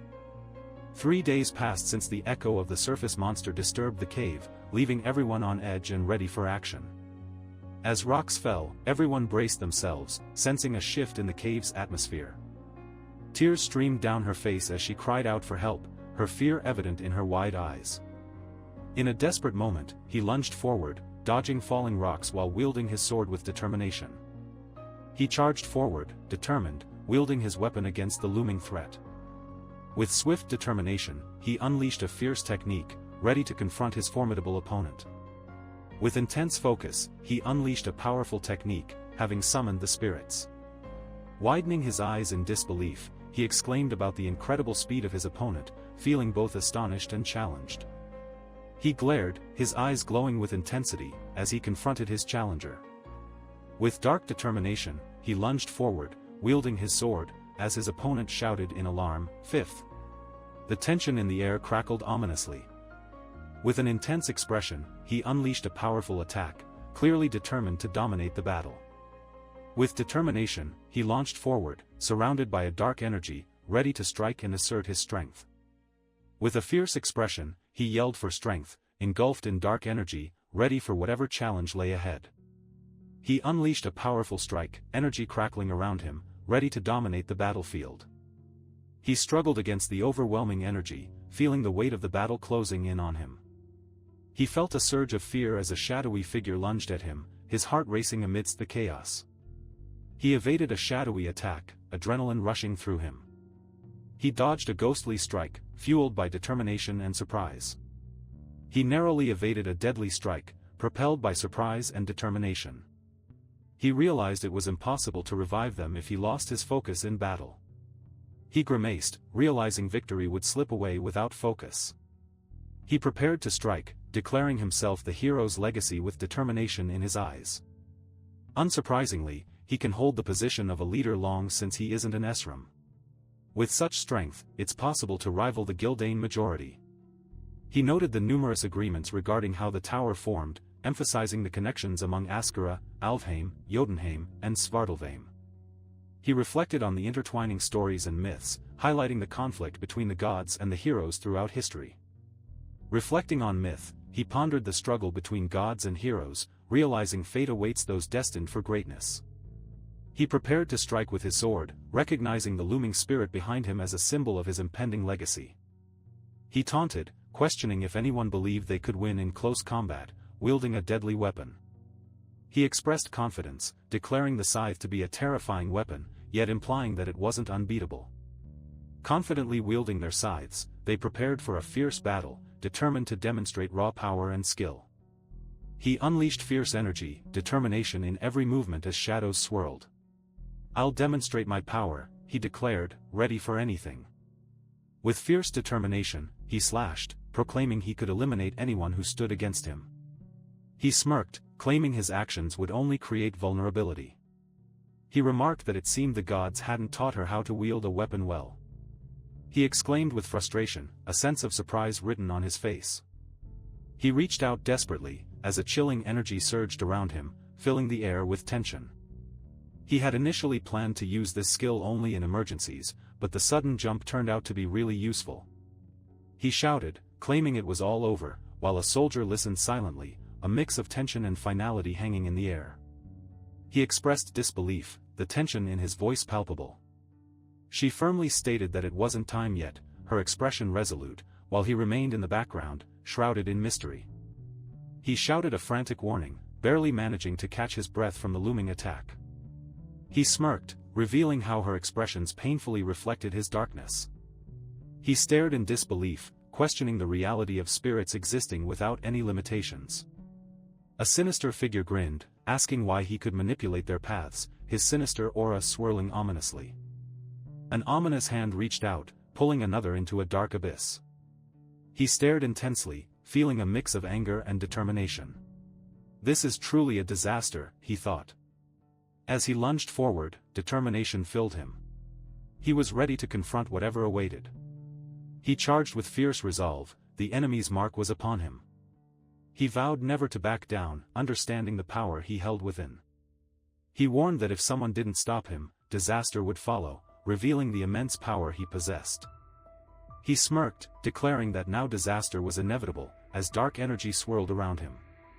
He confidently explained that upon reaching the 4th level, one would become the vengeful spirit of Ida. He felt the pull of darkness closer, as he aimed his sword at the menacing figure, determined to confront the lurking threat. Feeling the darkness engulf him, he grimaced, realizing the danger. He felt the tension as he clenched his fist, mentally preparing for the challenges ahead. He stood confidently, watching his opponent with a hint of amusement as shadows danced around him. "My guess? You won't last long." He smirked, acknowledging his opponent's talent with a hint of respect. "I admit, you are talented." He faced his opponent, startled, as a mysterious force surged towards him, illustrating the power of memories. His intangible form absorbed everything around him, signaling an overwhelming strength. He declared that at least he could become intangible against physical attacks. He used his powers to become intangible, dodging the dark attack aiming at him. With a smirk, he declared, "Clever guy, huh?" as dark shadows surrounded him, enhancing his power. With a swift move, he exclaimed that his opponent was weak as they clashed swords, sparks flying. With determination, he unleashed his power, revealing the truth of Aida's mastery as he advanced, the air thick with tension. Laughing menacingly, he taunted his opponent, claiming they wouldn't be able to escape for long. He struggled in pain, demanding to be left with 4 marks. He warned that her body would burn, disintegrating to ash. He ominously warned her that, in the end, her soul would burn to ash, becoming his obedient servant. He unleashed dark energy, hinting at his evil power as shadows coiled around him.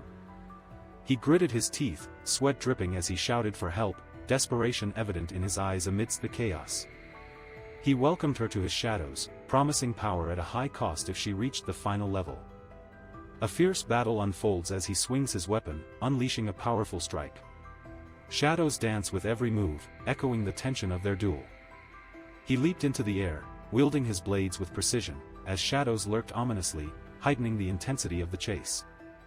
He felt the pull of time, his mana draining, as he transformed into a formidable shadow. He refuses to back down, asserting he can endure this strain and become even stronger. Determined, he swings his sword, declaring that only certain prints remain. With determination, he swings his sword, channeling powerful energy. He smirks confidently, charging his sword, mocking the foolishness of leaving so many openings. He confidently raises his sword, ready to strike, declaring it's time to reveal his true strength. He grips the sword tightly, electricity crackling around it as he prepares for action. He shouts with intensity, drawn into the chaos, his power barely under control. He swings his weapon with electrifying precision, caught off guard by an unexpected presence. He breathes a sigh of relief, holding a talisman that can summon spirits, realizing its potential for help. He clenches the talisman tightly, preparing to summon spirits when the moment finally arrives. He smiles knowingly, reflecting on the talisman, blessed with divine power upon invoking sacred water from the temple. He summons spirits, energy crackling around him, revealing fierce determination. He fiercely conjures spirits, wielding energy while showing complete determination. He contemplates the wide rivalry against the samurai, determination evident in his gaze. Despite the somber mood, she clutches her robe, thoughtful as she considers their choices. As he strikes, a swirling force erupts around him, creating chaos. He laughs maniacally, reveling in the chaos he has unleashed. The swirling energy intensifies around him, signaling his triumph. He grips his sword tightly, sensing the dark memory consuming him. He commands others to submit, as dark energy swirls ominously around him. He screams in terror while dark energy envelopes him. With dark energy swirling around him, he wields his sword, determined to harness its power. Dark energy surrounds him as he questions, "What is this?" Determined, he prepares for whatever comes next.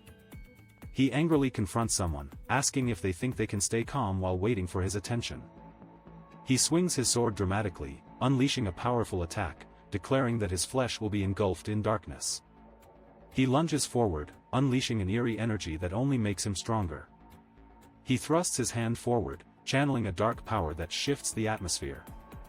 He growls in frustration, insisting he must control everything against the spirits, just like him.